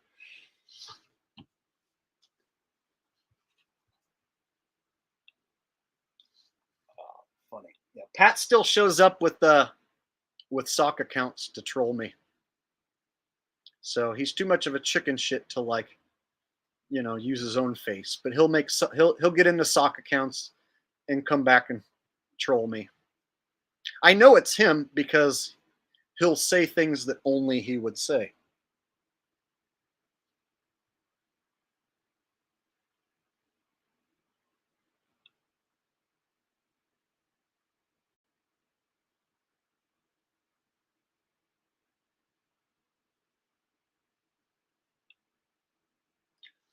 The top 10 is the perfect amount of plays because you have to consider Return of the Doink and Muff Punt City are gimmick crowd pleaser favorites, and so those get a spot on the list anytime they happen.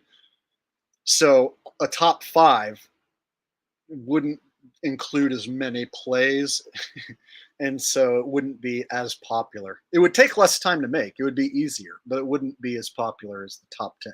A top 10 is the perfect amount. It just takes a lot of time for me to fucking make the video, and it's a pain in the ass to make.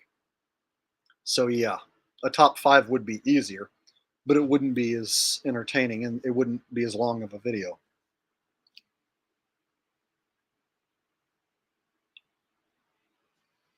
How about a collab with Lobo? No, never gonna happen.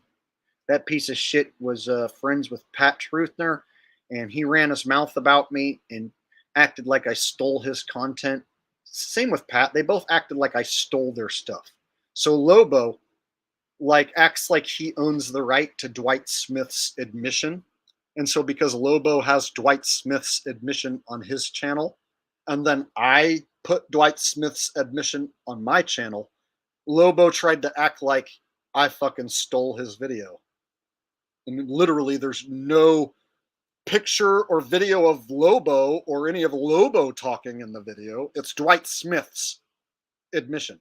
So Lobo basically tried to come at me like I'm a content thief for putting Dwight Smith's admission on my channel, as if he fucking owns Dwight Smith's admission. The same way Pat thought that he owned NFL rigged content and that I'm not allowed to make NFL rigged content because he did it before me. So yeah, Lobo can fuck right off. Yeah, his channel's trash. He doesn't get anywhere near the views I get. An insignificant loser channel.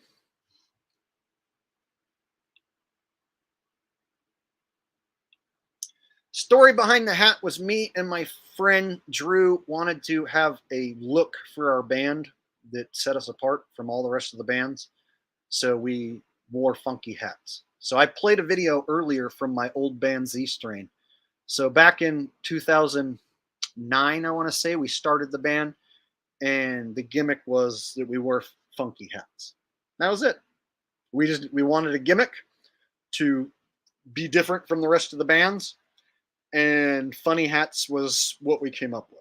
Oh, and then we had our own mushroom logo and our psychedelic shirts. So it was like our own little uniform gimmick for our band. And so before I ever even started this channel, I owned this hat and was wearing this hat playing concerts and stuff. So whenever you hear people make up rumors like that my hat is Masonic, or that like it's a top hatter's hat, or that I'm a shill because I wear this hat or whatever, it's all just literal bullshit that they made up. Whereas the true story is that me and my friend Drew thought that the funky hats would give us a gimmick that set us apart. That was it. It was as simple as that.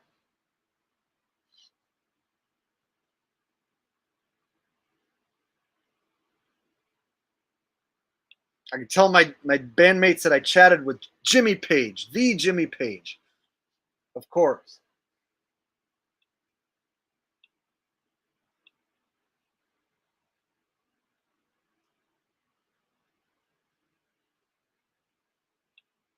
And here's the thing about Dwight Smith. I'm going to make a point real quick. So whenever I say the NFL is rigged, one of the most common responses from fanboys is everyone can't be involved. All the players can't be in on it because it's too big of a secret. And someone would tell the secret. Someone has told the secret. Super Bowl champion, Super Bowl MVP, Dwight Smith literally said the games are not decided on the field and it's just entertainment. And guess what happened? They kicked him off the radio show and fucking hung up on him, basically. They were like, thanks for talking to us, Dwight, bye! And they hung up on him, and that was the last anyone heard from Dwight Smith, basically. How come the TV stations don't go running to him? How come people don't throw money at his lap to tell us how fake it is? That's because there is no money in telling the secret. The TV cameras aren't going to put anyone on camera who's telling a secret. The TV stations are controlled by the government. The TV stations show NFL games. The TV stations they pay to show NFL games. Why would they ever show a guy saying that the NFL is fake? Seems to me they'll never show someone saying that the NFL is fake. So why the fuck do I have to answer a question when people say, that's too big of a secret? How do they keep it a secret? The secret has come out. The secret is out. NFL is fake. They just don't talk about it on ESPN. They don't tell you on television. So fanboys always want the secret to be broadcast on television. And they think if there was a secret, ESPN would just tell them. Because someone told the secret. Nobody could possibly keep a secret from me. I'm an NFL fanboy who watches TV. If someone had a secret, they would tell me. That's how, isn't that ignorant? Like, how stupid do you gotta be? If there's a secret in the world, somebody would let me know, because I'm a TV watching NFL fan. There's no secret that can be kept from me.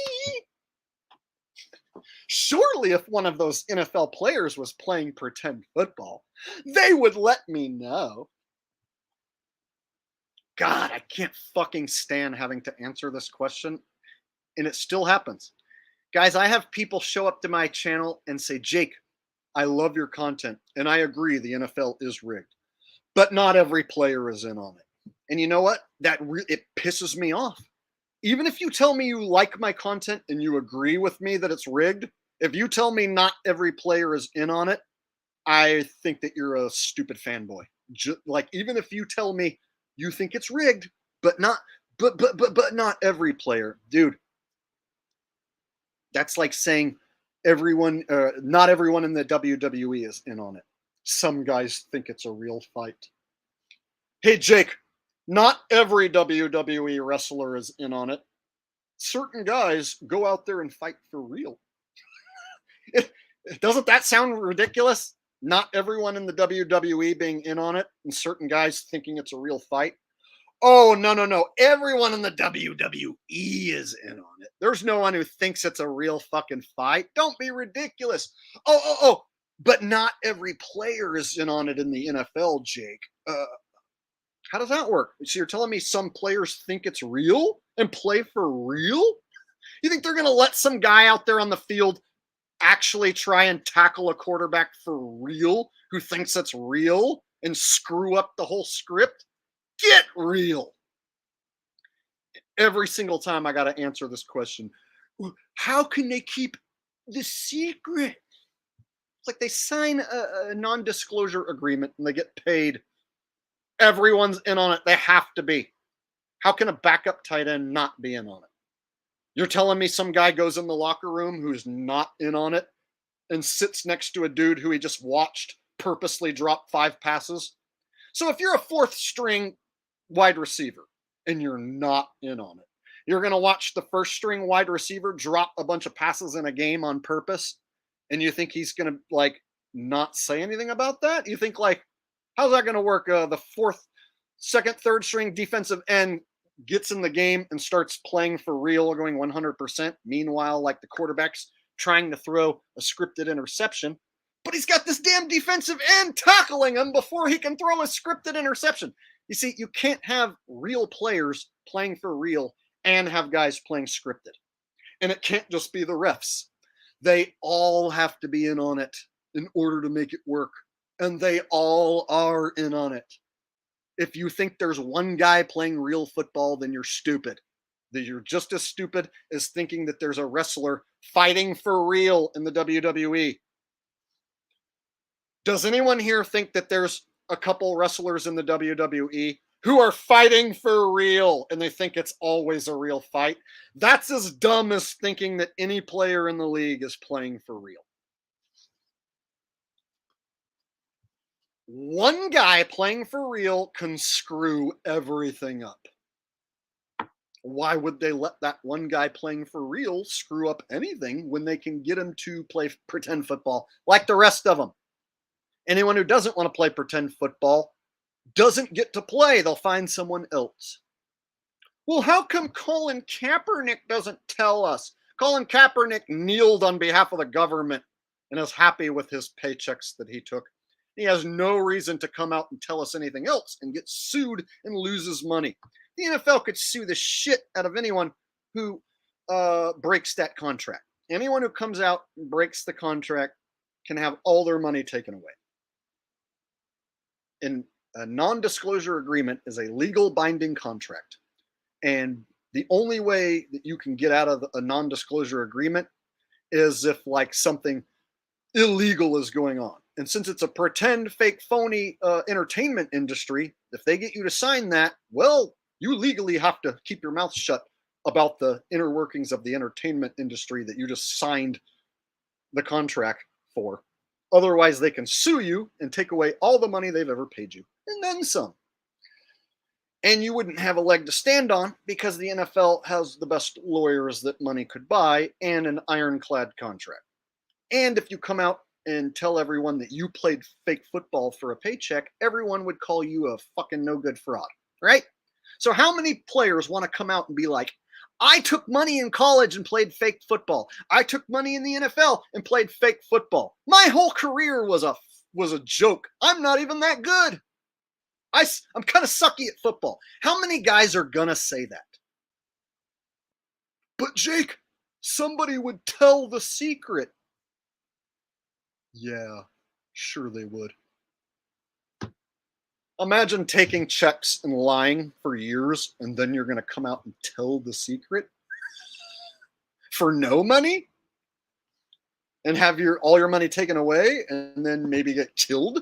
Yeah, some guy who worked for the NFL all his life and then runs his mouth is in a whole lot more danger than me.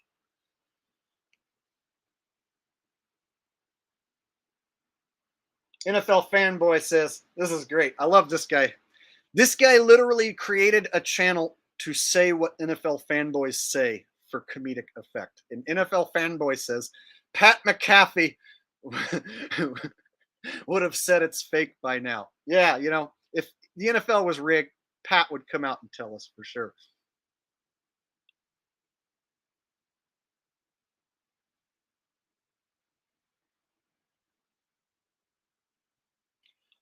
We got someone here who thinks it's impossible to script a football game, y'all.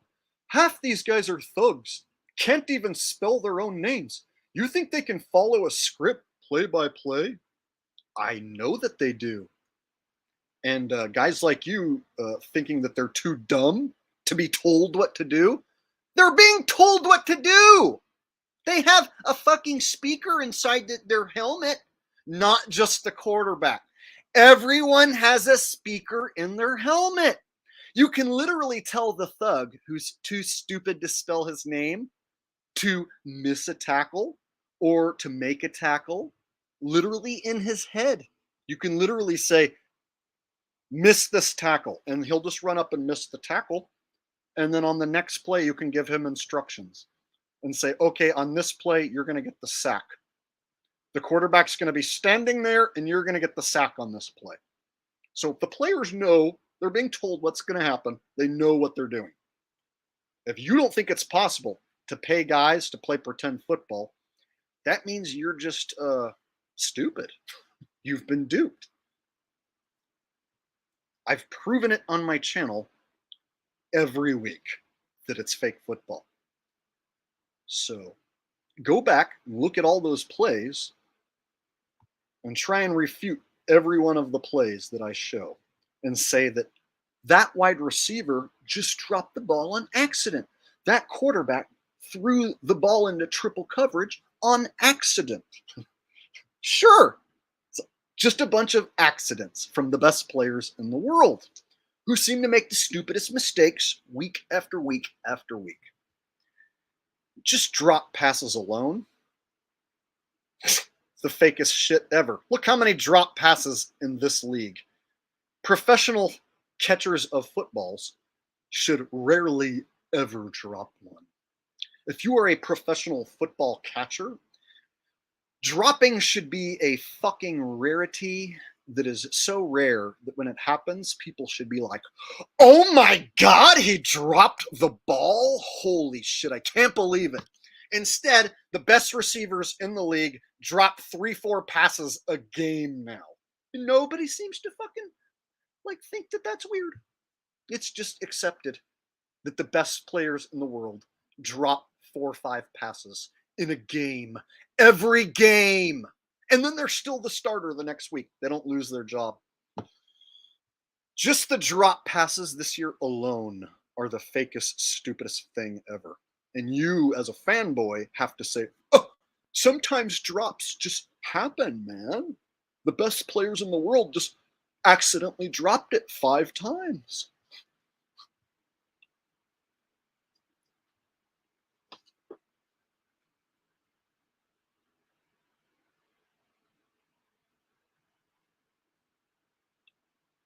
Dude, Grim Reaper, NFL fanboy account is an account making fun of NFL fanboys. So don't. You're falling for the joke if you take him seriously. It's a joke account. You're supposed to laugh at whatever that guy says. You're not supposed to take him seriously. That's why he named himself NFL fanboy.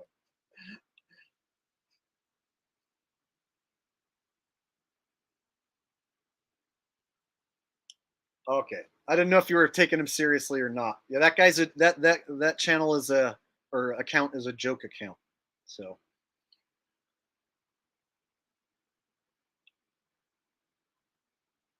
I got a super chat coming in. It says, how do you get to be the star? Because it has to be demoralizing to be the idiot of the league. Well, I'm not sure what you mean. Like when a player blows a game, the very next week they can have a good game and the fans forget. And they're being paid to play pro football. So it's like when a wrestler loses a match. So if a good guy wrestler beats up a bad guy wrestler and makes him look silly and pins him 1, 2, 3, the bad guy's career isn't over at that point for losing a pretend wrestling match, right? So it's like a WWE match, man. Like, somebody's career can get hurt if they lose and look really shitty over and over and over again, even in a pretend match.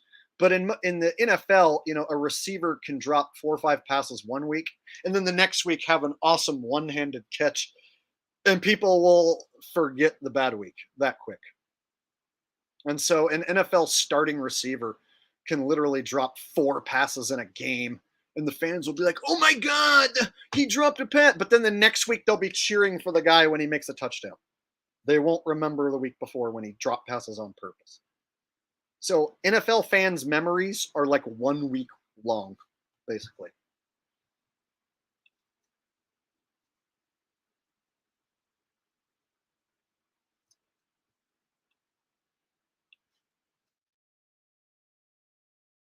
You want to know my top 5? Okay.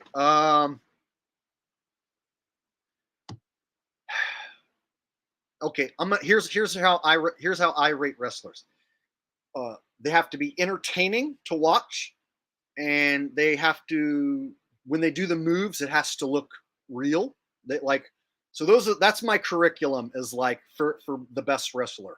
You have to be entertaining in the ring, no matter who you're wrestling, whether you're wrestling another good guy or a bad guy or a big guy or a small guy.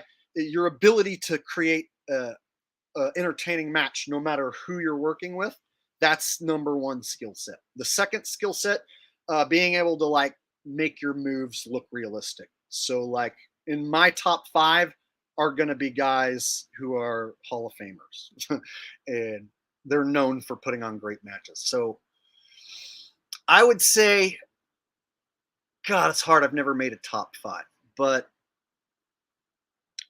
I'll say a name that isn't in most people's top 5s that would be in my top 5, Rob Van Dam. Rob Van Dam is in my top 5 as an all-time greatest because he created his own move set that was different than everyone else's. Rob Van Dam stayed true to his character, which was himself, and he never tried to be a fucking weirdo gimmick. He was always, "I'm Rob Van Dam, bro. I smoke weed before the match, and I'm gonna kick your ass, bro. I'm Rob Van Dam the whole fucking show." So Rob Van Dam stayed Rob Van Dam, and then when he got to the WWE, they didn't try to turn him into someone else. They let him stay Rob Van Dam, and he got over as Rob Van Dam. Became the most popular guy, and they fucking put the belt on him, and he beat John Cena at the height of John Cena's career when John Cena was the number one guy. And the only reason Rob Van Dam isn't celebrated as the greatest, one of the greatest ever, was because a month into his world championship reign, he got busted with pot, and they took the belt off of him and suspended him, and he never got to be world champion ever again.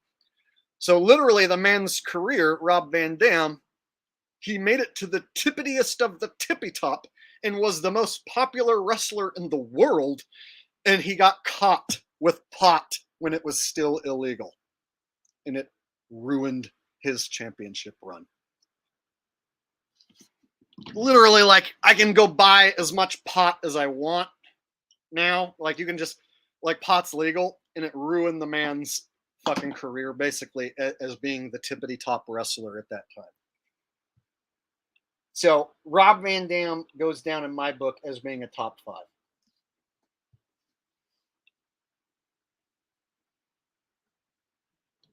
And because I saw Rob Van Dam in ECW live, I saw him wrestle a couple different times, and his performance is great, and it's the only energy that reminds me of like a band. So like the high I get from watching a really good band.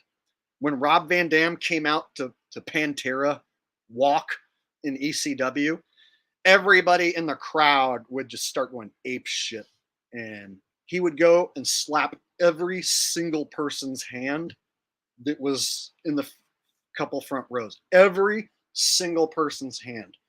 And I remember thinking, like, damn, this dude, if he ever makes it to the WWE, he might fucking become world champion. And then when he did make it to the WWE and he did become world champion, it was like, I was a huge fanboy because I saw him in ECW long before he made it to the WWE. I was there watching the dude.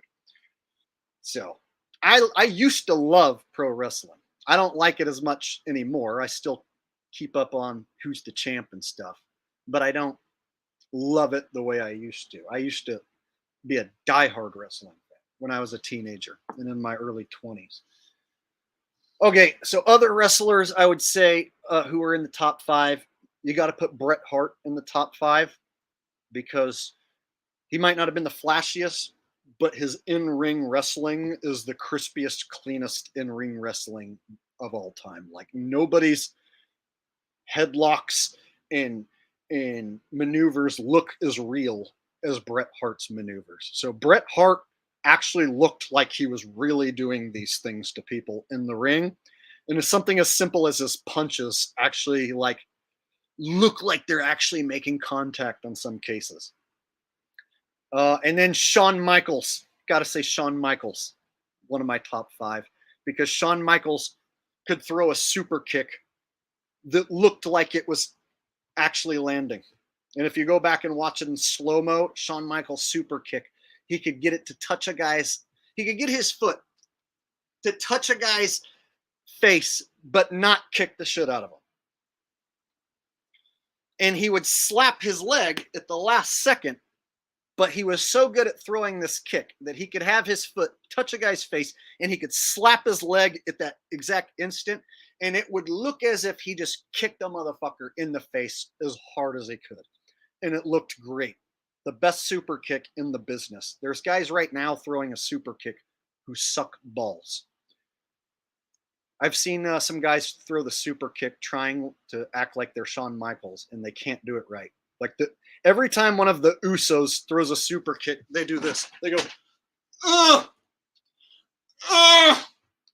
Oh, I'm going to super kick you.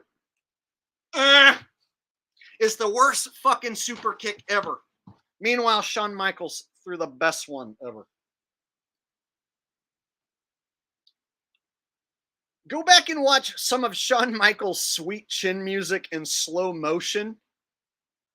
That's where the art of pro wrestling is. To be able to just tap your foot on a guy's face without kicking the shit out of him and make it look like you did kick the shit out of him, that's the art of pro wrestling. And that's why I'm so good at deciphering real and fake, is because I was a gigantic wrestling fan. And I practiced wrestling moves. Me and my friends would create our own backyard matches where we would do these moves on each other without hurting each other. So me and my friends loved pro wrestling so much, we created our own backyard wrestling federation and put on our own matches. And we had our own gimmicks and names and stuff.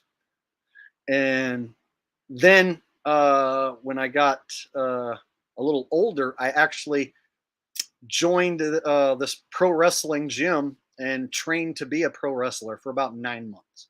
So when I was 17, 18 years old, I trained in a pro gym to be a pro wrestler. And I almost ended up on the indie circuit, except I learned that I didn't like that business too much and that I'd rather play music. So I ended up getting more into music. But there was a time where I considered becoming an independent wrestler. The thing is, I'm a scrawny fuck and I'm not big. So I was always looked at as a scrawny fucker because that's what I was. But I was pretty damn good at pro wrestling. So one of the reasons why I'm the best in the world at calling out the NFL for being fake is because I have a background in pro wrestling. I know what fake fighting is and what fake fighting looks like. And before I was in pro wrestling, I boxed and wrestled for real. So I know what boxing and wrestling for real against an opponent is like, and I know what a pretend match is like. I've done both those things. And so I feel like with football, it's helped me become acutely aware of when somebody's faking it. Like I can tell when a football player is not trying their hardest because I've played football and I've seen the NFL, which is fake football. So I know the difference between playing the real sport and watching the fake shit on TV.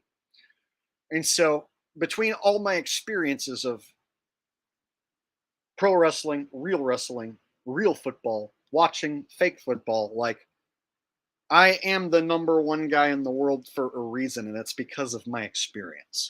There is no other person that carries the experiences that I do, that can look at the NFL and call it out the way I do, because they didn't grow up being a fanboy and a pro wrestling fan like me, to where now I'm a former NFL fan, and I don't really, I'm not a pro wrestling fanboy anymore. So I can look at both those art forms and see exactly how they're playing fake pro football. So to me, it's clear as day. WWE and the NFL are it's the same entity.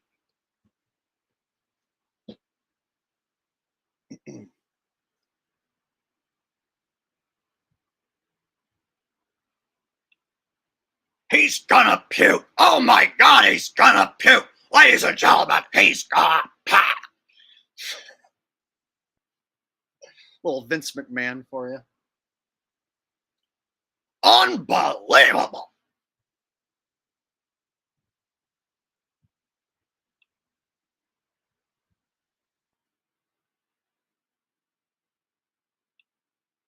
Building 7, professional demolition. That's the only take, is professional demolition. No planes and professional demolition. So the planes only exist on TV. There were no planes. And buildings coming down into their own footprint can only be done with professional demolition. It cannot be done with airplanes. So there's that. Let me tell you something.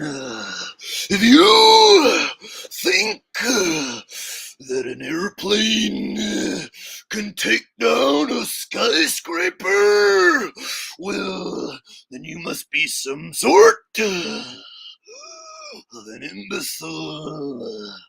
Because if you were to step into a Slim Jim, oh yeah.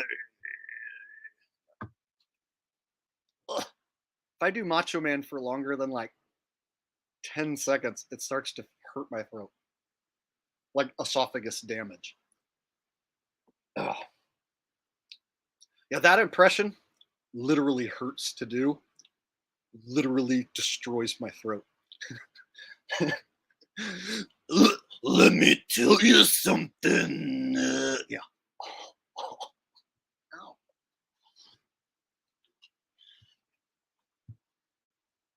I missed the super chat. Okay, let me go back and rustle it up. My bad.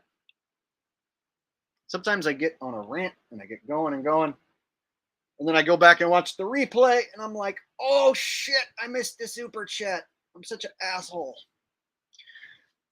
Mike Tobin says, keep the hot picks coming. Jake, can't believe the Jets won that game. That game was an actual circus. So I nailed the winner, but I took a push because it was a -3 on the spread. So my spread pick pushed, but I did hit him winning. So in a case like that game, the best I can do is take a push and get the winner right, which I did. Because at Jets -3, you're going to be stuck with a push, whether you take the Giants or the Jets on the spread. So then the only other thing you can get right or wrong is the money line. So in the 2 games that I pushed, I got both winners right. I pushed with the Commanders and I pushed with the Jets, but I got the Jets winning and the Eagles winning correct. So that's as good as I could have possibly done on those picks, given what I was given. Now, had I got in earlier in the week on the Jets pick, early in the week, or I mean the Eagles pick, early in the week, it was Eagles -6.5, and then it moved to 7. And so I ended up with a push just because I picked the game late. So certain times you can get a better number if you pick early, but I don't like to pick early because I like to wait for all the money to come in. So it's kind of a bit of a disadvantage when I wait till Saturday to make my picks because some of the lines aren't going to be the best. But I also get to see all the money come in, and I get to see all the storylines and the injury reports and all that shit, and I get to figure out I get to take more time to figure out my picks. So I generally wait till Saturday to put out my picks to give myself the most amount of time. because if I put the picks out early, then some storyline could come along that makes me wish I wouldn't have made that pick or whatever, you know. Anyway, thanks for the donation. I appreciate that, buddy.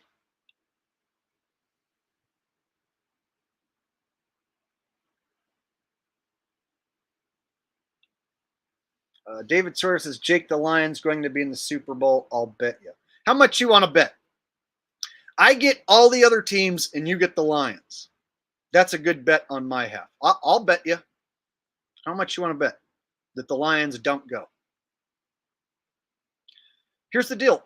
The Super Bowl is in Las Vegas. They want people to bet money. The Lions don't draw lots and lots of money like two big market teams.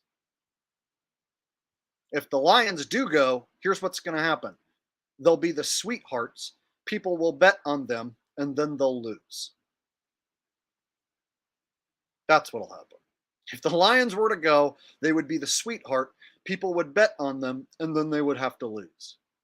So if you're a Lions fan and you want to see your team win the Super Bowl, the problem is people would like the Lions as a sweetheart pick, and then there would be too much money on them, and then they would have to lose. So the team that has the most money on them in the Super Bowl loses. That's how it works. Generally. They rarely ever have the team with more money bet on them win. So it's just about always the team with less money is the one that wins. And so how are the Lions going to sneak in there and not be the sweethearts? I just don't see it.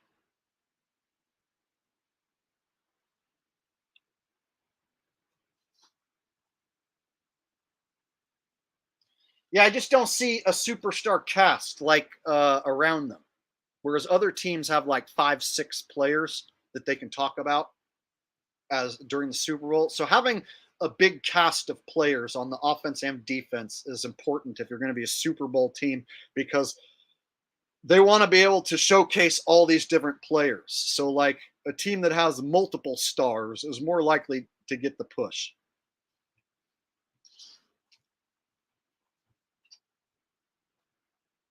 And like I said, this is the Super Bowl in Las Vegas. It's the first one ever in Las Vegas. So they're going to want you. They're going to want people betting. Their whole goal is to get as much money bet as possible. And this Super Bowl is going to be the biggest bet Super Bowl of all times. And you better believe they got a big matchup planned. Now, the year after this Super Bowl, maybe you can have a smaller market team sneak in. Like in the future, I could see the Jaguars getting to the Super Bowl. Not this year, because it's in Las Vegas. But next year, year after, I could see a team like the Jags sneaking in. And guess what? I could see a team like the Jags winning because Trevor Lawrence is being pushed in a way that I did not see or expect. So Trevor Lawrence winning that last game against the Steelers in Pittsburgh over the Hall of Fame black coach, kind of a big deal. So I got that pick wrong last week. And so I don't do mental gymnastics when I get a pick wrong. Instead, I just adjust the storyline in my head.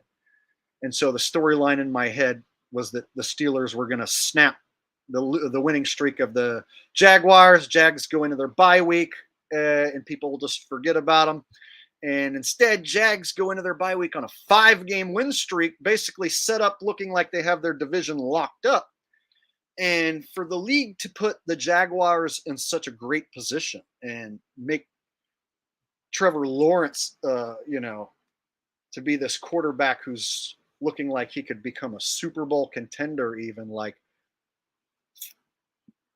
I hate to see it. I hate to say it, but it's looking like they're going to position Trevor Lawrence to be a Super Bowl winner one of these days. So it wouldn't shock me if Trevor Lawrence goes to a Super Bowl, maybe 2 or 3, and even wins one of them at some point. And I didn't think that would be a possibility until they let him beat Tomlin and the Steelers this last week to get a 5-game win streak and go into the bye, basically locking up their division, sitting comfortable. No team is sitting comfortable except the Jags. That's quite a push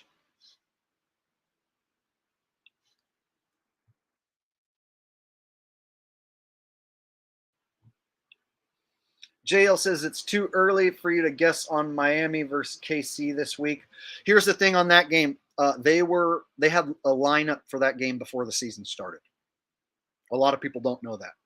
There was a betting line on that game on Bovada before the fucking season started. And it was Kansas City minus 6.5. So there was a line back in the preseason for this Miami and Kansas City game, meaning people have been betting Kansas City before the season started. So before I just jump on the Dolphins in this spot, I got to consider they could have Kansas City win by like 1 point and not cover, but still win. So they've been collecting money on that Kansas City game since before the season started. So here's another proof that the NFL is totally rigged and fake. There's a betting line on a game happening now before the season started. And it was 6.5. I remember seeing the Chiefs favored by 6.5 in preseason over the Dolphins in this game overseas. How the fuck does that work? How is there a spread before the season starts on that game?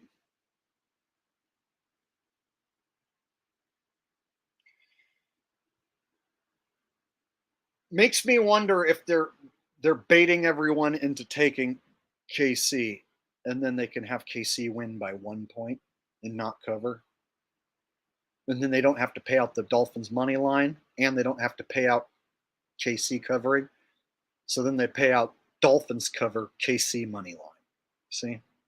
So a game like that's scripted to go 28-27, let's say, an absolute thriller, and the Chiefs win, let's say, a 1 point ball game, they can effectively rake all of the bets that came in all year long on Kansas City.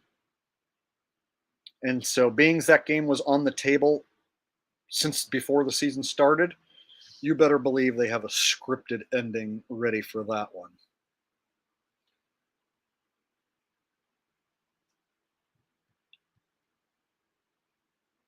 Looks like I missed the super chat again.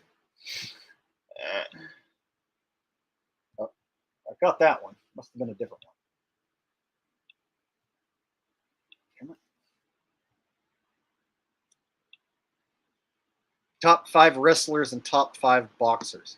Okay, so wrestlers, I like Rob Van Dam. I like Bret Hart. I like Shawn Michaels. Who else do I want to put in my top 5?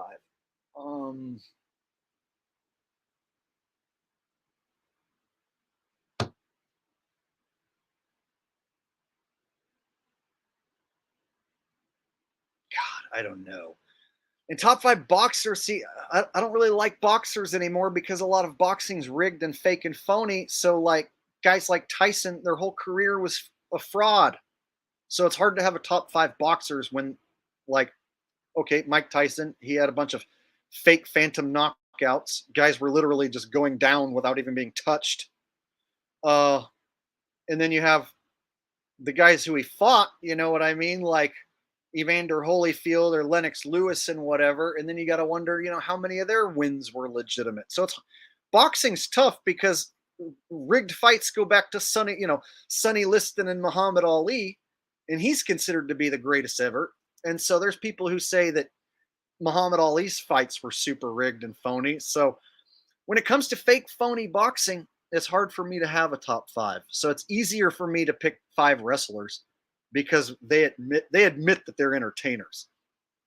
Whereas the boxers, like, how do I pick a favorite if the fights that they had were rigged, you know, and fake?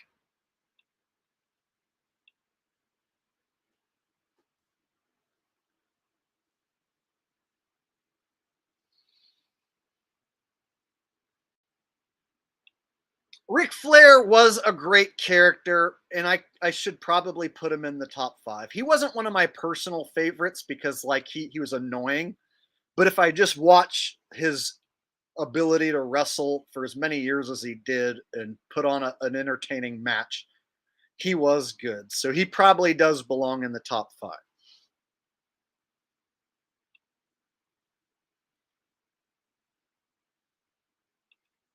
And Macho Man had iconic ring gear. Not the greatest in-ring performer, but he was great. So it's hard to keep Macho out too.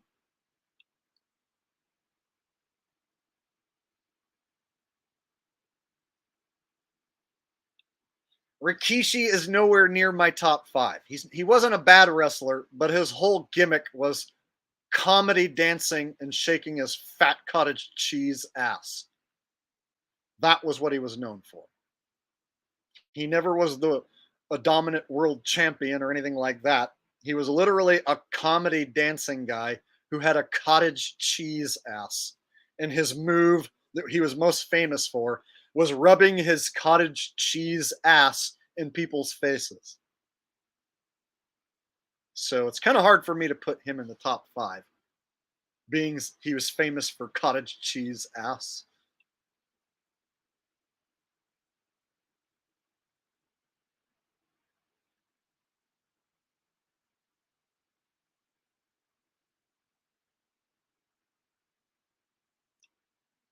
Stone Cold's ability in the ring was very average and lackluster. What he had was a character at the right time that took off faster than anything I've ever seen. And I still haven't seen anything like that to this day. So that whole redneck beer drinking character, it came at the perfect moment when the WWE was in their Attitude Era, and everybody in the Attitude Era got over with their character, and that's what made the Attitude Era so special. And that's why they kicked the shit out of WCW, is because everybody in 1998 and 99, 2000 in the WWE was over with the fans, huge. And even their mid-card guys were over huge. That's what turned the tables. Yeah, Stone Cold is one of the Mount Rushmore wrestlers. So as far as wrestlers being the most popular, you got to put Hulk Hogan up there as most popular, John Cena, The Rock, and Stone Cold, John Cena, Hulk Hogan, and The Rock have got to be like the world's most popular wrestlers of all time.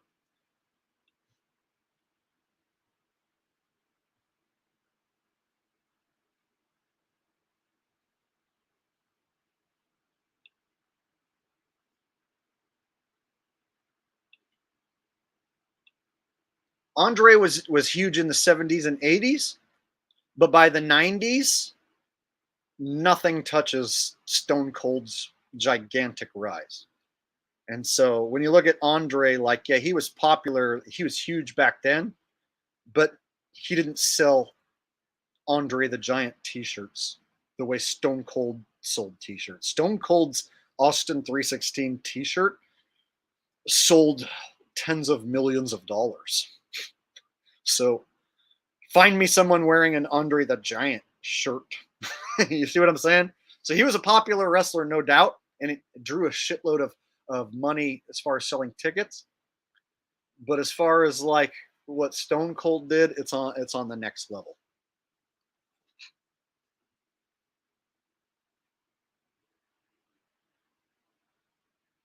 I'm going to put Undertaker in my top 5. I'll put Undertaker in there for his longevity.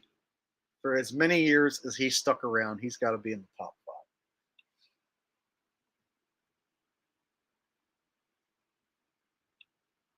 5. I have Eddie Bravo as a shill in my book. Anyone who runs with Joe Rogan just pretty much is a shill in my book. And whether or not he still talks to him or not doesn't matter. Just the fact that Joe used Eddie as comic relief, and Eddie would always just have these very basic run-of-the-mill conspiracy theories. He doesn't really give you any good solid proof. It's mostly like Joe, don't you know, bro? It's the Illuminati. Illuminati, bro. Earth is flat, and like the Illuminati and stuff, bro. Eddie, you're so crazy. Eddie with his crazy conspiracy theories. Joe, I'm telling you, bro. Illuminati and stuff. Flat Earth and stuff, bro. See, so it was a way to just like for Joe Rogan to basically make the topic look stupid. And Eddie Bravo was the stupid friend of Joe Rogan's who brought up those stupid topics. And still to this day, yeah, you don't see like Eddie Bravo making truth content or actually proving anything. He's just regurgitating basic run of the mill conspiracy theory shit.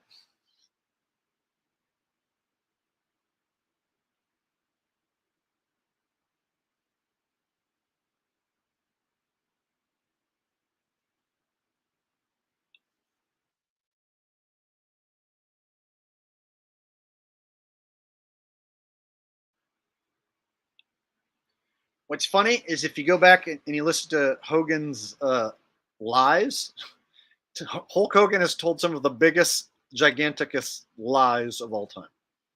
Not only was he the biggest wrestler of all time at one point, but he has told the biggest lies of basically any man. Any celebrity hails in comparison. So just go listen to some of the stories that Hogan has told. Like Hulk Hogan said that Elvis Presley was a big fan of his, and Elvis died before Hulk Hogan was even famous. And like Hulk Hogan said that he body slammed Andre the Giant, and then like weeks afterwards, Andre died. It's like, no, Andre died years after their match, like many years after their match. So Hulk would just say these stories that just don't make. It's not only that they didn't make any sense, that they're just proven lies. He would just make up proven lies, these grandiose stories, and he would just say them straight faced. And you can go back and there's 50, 100 different grandiose lies that are easily just proven false. But he just keeps making up more shit. It doesn't seem to stop him. There's no video of him being like, oh yeah, I fabricated that story, brother. Oh yeah, I over-exaggerated, brother. I didn't quite mean it, brother. Oh yeah, I was lying about that, brother. No, Hulk doesn't come clean.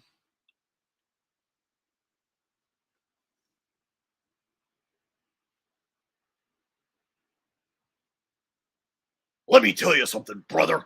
The Hulkster has never told any lies in his life. The Hulkster wants you to eat your vitamins, say your prayers, be a good little boy, be a good little Hulkamaniac. The Hulkster would never put steroids into this body. I didn't get these pythons by doing anything illegal, brother.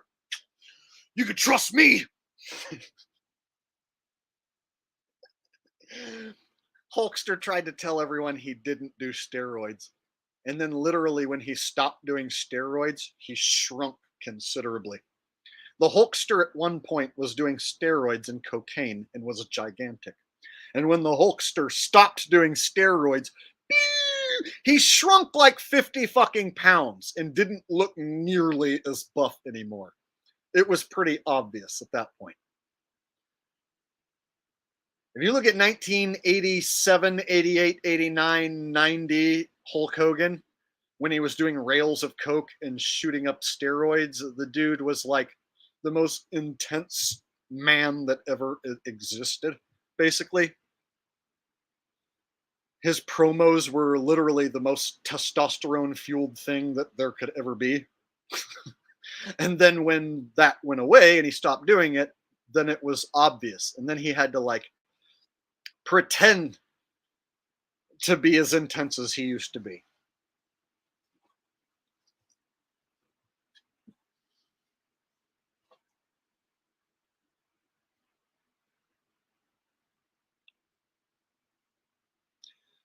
So one thing that I did see Hulk do that was pretty boss actually, and I was like, wow, that's kind of a kind of a, I don't want to say as a boss move, but it's basically like a I don't know. Did you guys ever see the old clip where Hulk Hogan split a dude's head open? So there's an old clip where this talk show host was making fun of Hulk and basically in front of a live audience acting like Hulk was some sissy phony wrestler. And so he asked Hulk to show him a move, and Hulk's like, "Yeah, I'll show you a move. This one's called a front headlock."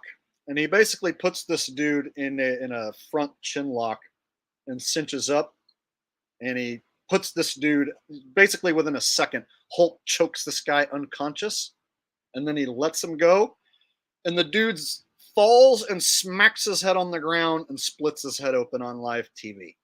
And the audience is like, like everyone knows instantly that this is no longer a show, that Hulk just fucking choked this dude out and split his head open. And if you go back and watch, it's 100% real. Hulk chokes a dude out and splits his head open on live TV. And that dude still to this day, when he tells the story, he's so angry at Hulk Hogan and he hates Hulk Hogan. So when you go back and listen to the dude tell the story, it's as real as anything. In fact, let's watch it. Why not? I don't know if they'll copyright claim it if I show it, but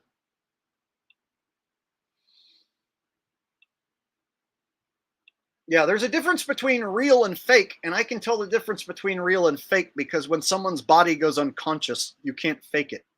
And when your body goes unconscious and then you whack your head on the floor, you can't fake that. It's not something anyone would do or can do realistically. So I'm going to show you the video.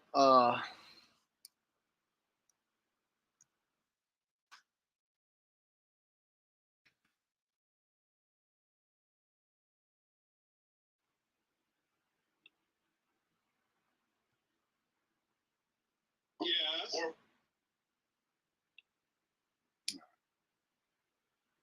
So there's going to be people here in my chat who are going to tell me that this is fake. And I'm going to argue adamantly that this is not fake. This man was making Hulk and Mr. T out to be just phonies, which they are. But see, the thing is Hulk is 6'5", and at this point he was like 270 pounds. And so if you're going to call that man a phony on TV, Hulk's the type of dude who would choke you out and split your head open on TV because he was the biggest selling wrestler in the world, and he wouldn't let anyone mess with his paycheck, including this guy. Hulk Hogan did a demonstration and he hurt me real bad. I split my head open and I was knocked out. Or professional wrestling professional. You just tell me, brother, when you want him to quit squealing, okay? All right. Called a front chin lock. How about it, T? Keep it like that for a little while.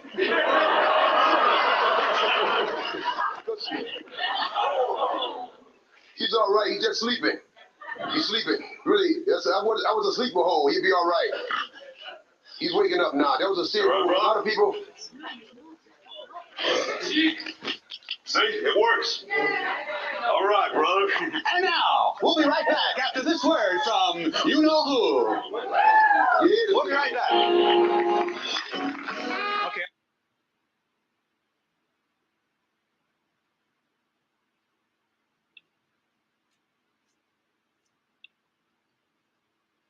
All right. So that pool of blood on the floor behind him, yeah, that's because his head smacked the floor. And the reason why the audience stopped laughing immediately and went was because the dude cracked his head open on the floor. You see, real violence, people can automatically tell that it's no longer a show. And you can't fake something like this because his body literally goes unconscious and hits the floor. Look, watch this man's head pop out here. Look, he's out. He's literally out, and watch how his head pops out. Boop! That can't be faked. His head popped out because his body was unconscious and hit the fucking floor with full weight and cracked his head open. That's Hulk literally choking a man out on TV and cracking his head open. Someone saying, what blood? What blood? It's literally pouring out of the back of his head. You'll be able to see it in a second. Yeah, see? There's a pool. Wait for it.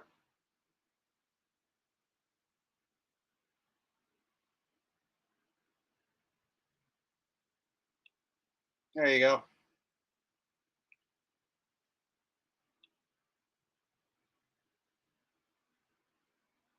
I can tell the difference between real and fake.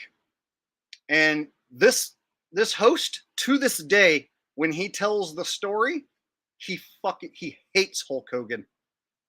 And when he tells the story, he's so angry. He's so mad about what happened here that it's been 30 years and he's still very, very angry. And so if it was all a ruse and all fake, his head wouldn't have popped out like that. No TV show host can make their body go limp and have their head smack the floor and make everyone in the audience go and have blood come spilling like that right there. That's the real deal.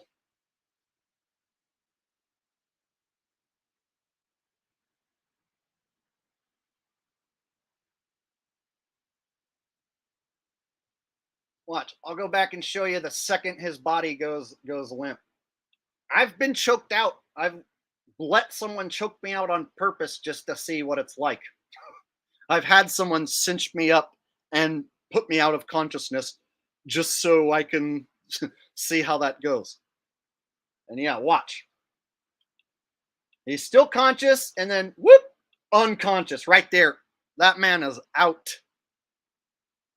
And when Hulk lets him go, listen to the crowd. Listen to the crowd right here.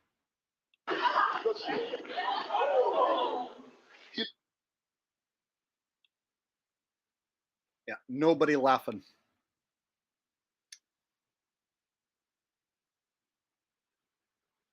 Yeah. So that's not the only instance where pro wrestlers have hurt someone.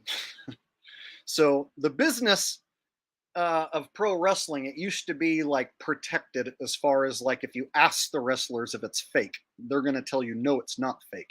And they might go as far as to slap you, even though it is, fake.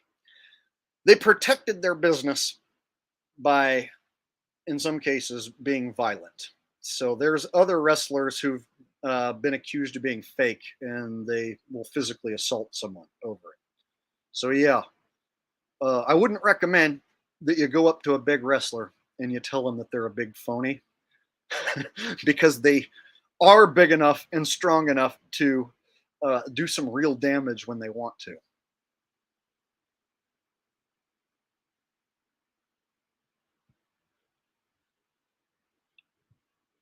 Yeah, that one right there was legit. See, Hulk's protected. Hulk is in the club, the big club, and has been part of the business a long time. And at this point, Hulk Hogan was the biggest draw in pro wrestling. Like if you bought a ticket, it was because you wanted to watch Hulk Hogan, mostly. So Hulk was literally the biggest draw in the world. And this TV show host is trying to make him out like he's just some phony wrestler and was basically treating him like that in front of everyone. So if you go back and watch, this guy Beltzer's basically like, oh, here's Hulk. He's a phony wrestler. That fake, he's going to do a fake move. He's about to show me one of their fake phony moves. He was basically making Hulk out to be a big phony. And at that point, Hulk decided to show everybody it's not as fake and phony as you might think. So yeah, Hulk could get away with doing that because he was in the big club.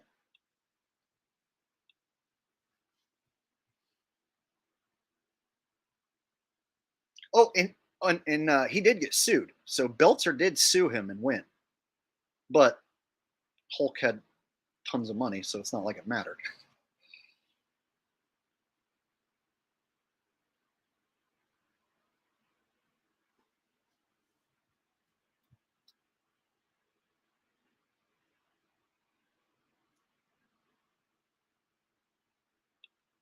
Have I ever thought about doing commentary on shorts or TikToks? No. I don't like doing super gimmicky shit like that.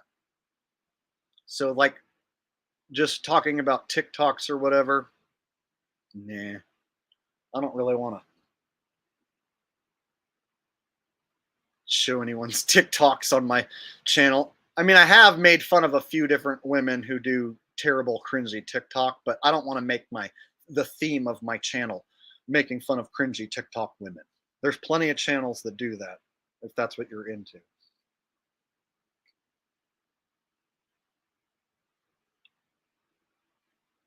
Hulk was in a scandal. Well, kind of like he cheated on his wife, and then him and his wife had like a really bad divorce, and she went and like started sleeping with some dude that's like as young as her children, and then it was like some big public, ordeal. But anyway, I want to think that after that, he like more recently he did have something go down.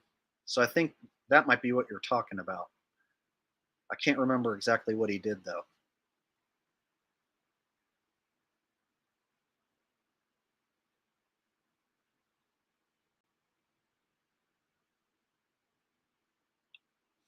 Black Sheep says, shouldn't have won the court case. He literally asked for it. Okay, let's be honest. He did not ask for Hulk to split his fucking head open. If Hulk said, hey, I'm going to choke you out unconscious for real, and there's a chance your head might get split open, I'll bet you he wouldn't have did that. So yeah, he thought he was going to be taking part in a fake pro wrestling move. He didn't know he was going to get choked unconscious. So he didn't actually say, yes, I agree that I'll let you choke me unconscious and split my melon here on live TV.